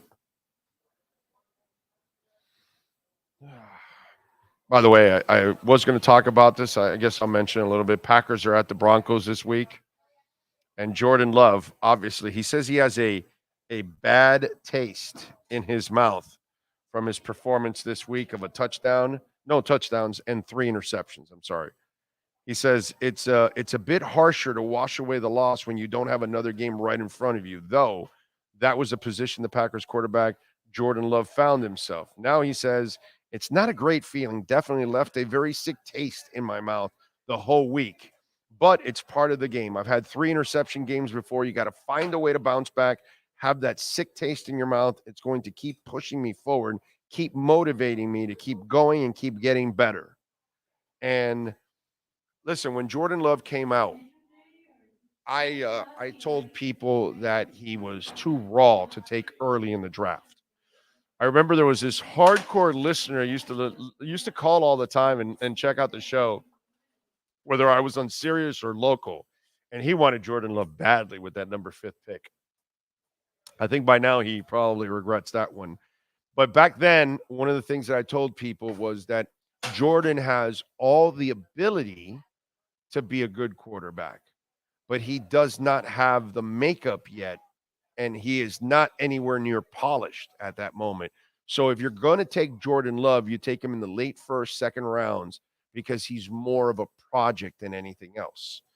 Well, the Packers chose to actually trade up for the guy, which was a huge mistake on their part, and they just did not really scout the guy the right way. You know, Brian Flores would have taken him at number 5. And this is the problem that we have when you're just looking at physical traits. Because Jordan Love is athletic, he can move around, and he can throw the ball. Okay, that doesn't mean that he's accurate, that he has ball placement, that he has anticipatory skills, that he's intelligent, all of those things. Now, he may have some of those traits, but he hasn't really necessarily displayed that when he was at God, where did he come out of? I'm trying to remember his school now that he was at. God, well, either way, was it Fresno State? No, it wasn't Fresno State. Yeah, it was Nevada, something like that. It's something out there, out west, right? It was no, it wasn't North Dakota. Utah State. There you go. One of those kind of somebody had Utah. At least you were close. You were closer than all of us. So yeah, Utah State. And he just wasn't ready. Now, I get taking the talent, but you have to take him with the idea that you know it's a project. The way the Packers took him, trading up for him, they took him with conviction like he was their next guy. And that's not how you draft him. You had to draft him knowing that this could be a hit or miss. So that's why you take him in the late first, second rounds. That's the way you had to do it, as a luxury pick, not a necessity pick. And that's where the Green Bay Packers screwed up, I believe. That's where Brian Flores would have screwed the Miami Dolphins and us Dolphin fans. Can you imagine if this guy would have pissed away the opportunity to draft Tua to get Jordan Love, and where would we be now? They would already be looking for another quarterback, by the way, because Jordan would have already been in and out by now. And that's the other thing about Jordan Love. Think about this. He had the luxury of sitting for several years to learn, which is a huge positive that just does not happen anymore nowadays because they don't have the time to do that. That's crazy, dude. Anyway. All right, we thank David Furones. We thank Steve Calabro, as always. We thank Sean Stanley getting it done. We thank all the amazing people out here, the Brunetti family and everybody making it nice and easy for us to broadcast out here in the second floor poker room. Come on out and join us next Thursday. We'll bring out more T-shirts, more giveaways. So if you do come on by, I told you we can try to make this more of an event. We got plenty of chairs, tables, great food, drinks, TVs everywhere, so you can have some fun. You can hit some of the gaming action while we're on the show. All of that, man. Let's make it an event out here. Let's have some fun. All right, we will see you all tomorrow. We're going to be live at Homestead Miami Speedway, right? I was going to say Motor Speedway, Miami Speedway. Yes, early morning. We'll be out there 10 a.m. Homestead broadcasting. We do it once a year with the great people at KSDT CPA. So it's always a lot of fun to go out to the track and be able to experience that and broadcast and walk the pits and all that. So we'll get to do that tomorrow. So tune in. We'll have some fun. We'll get you ready for the Dolphins and the Eagles. We've got a lot of interviews coming up tomorrow, so we'll have a lot of fun with that. We shall see all of you tomorrow. Same time, same place, same bat channel. Have a good one.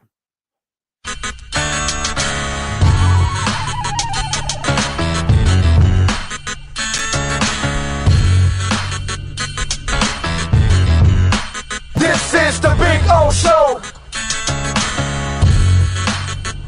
This is the Big O Show. This is the Big O Show.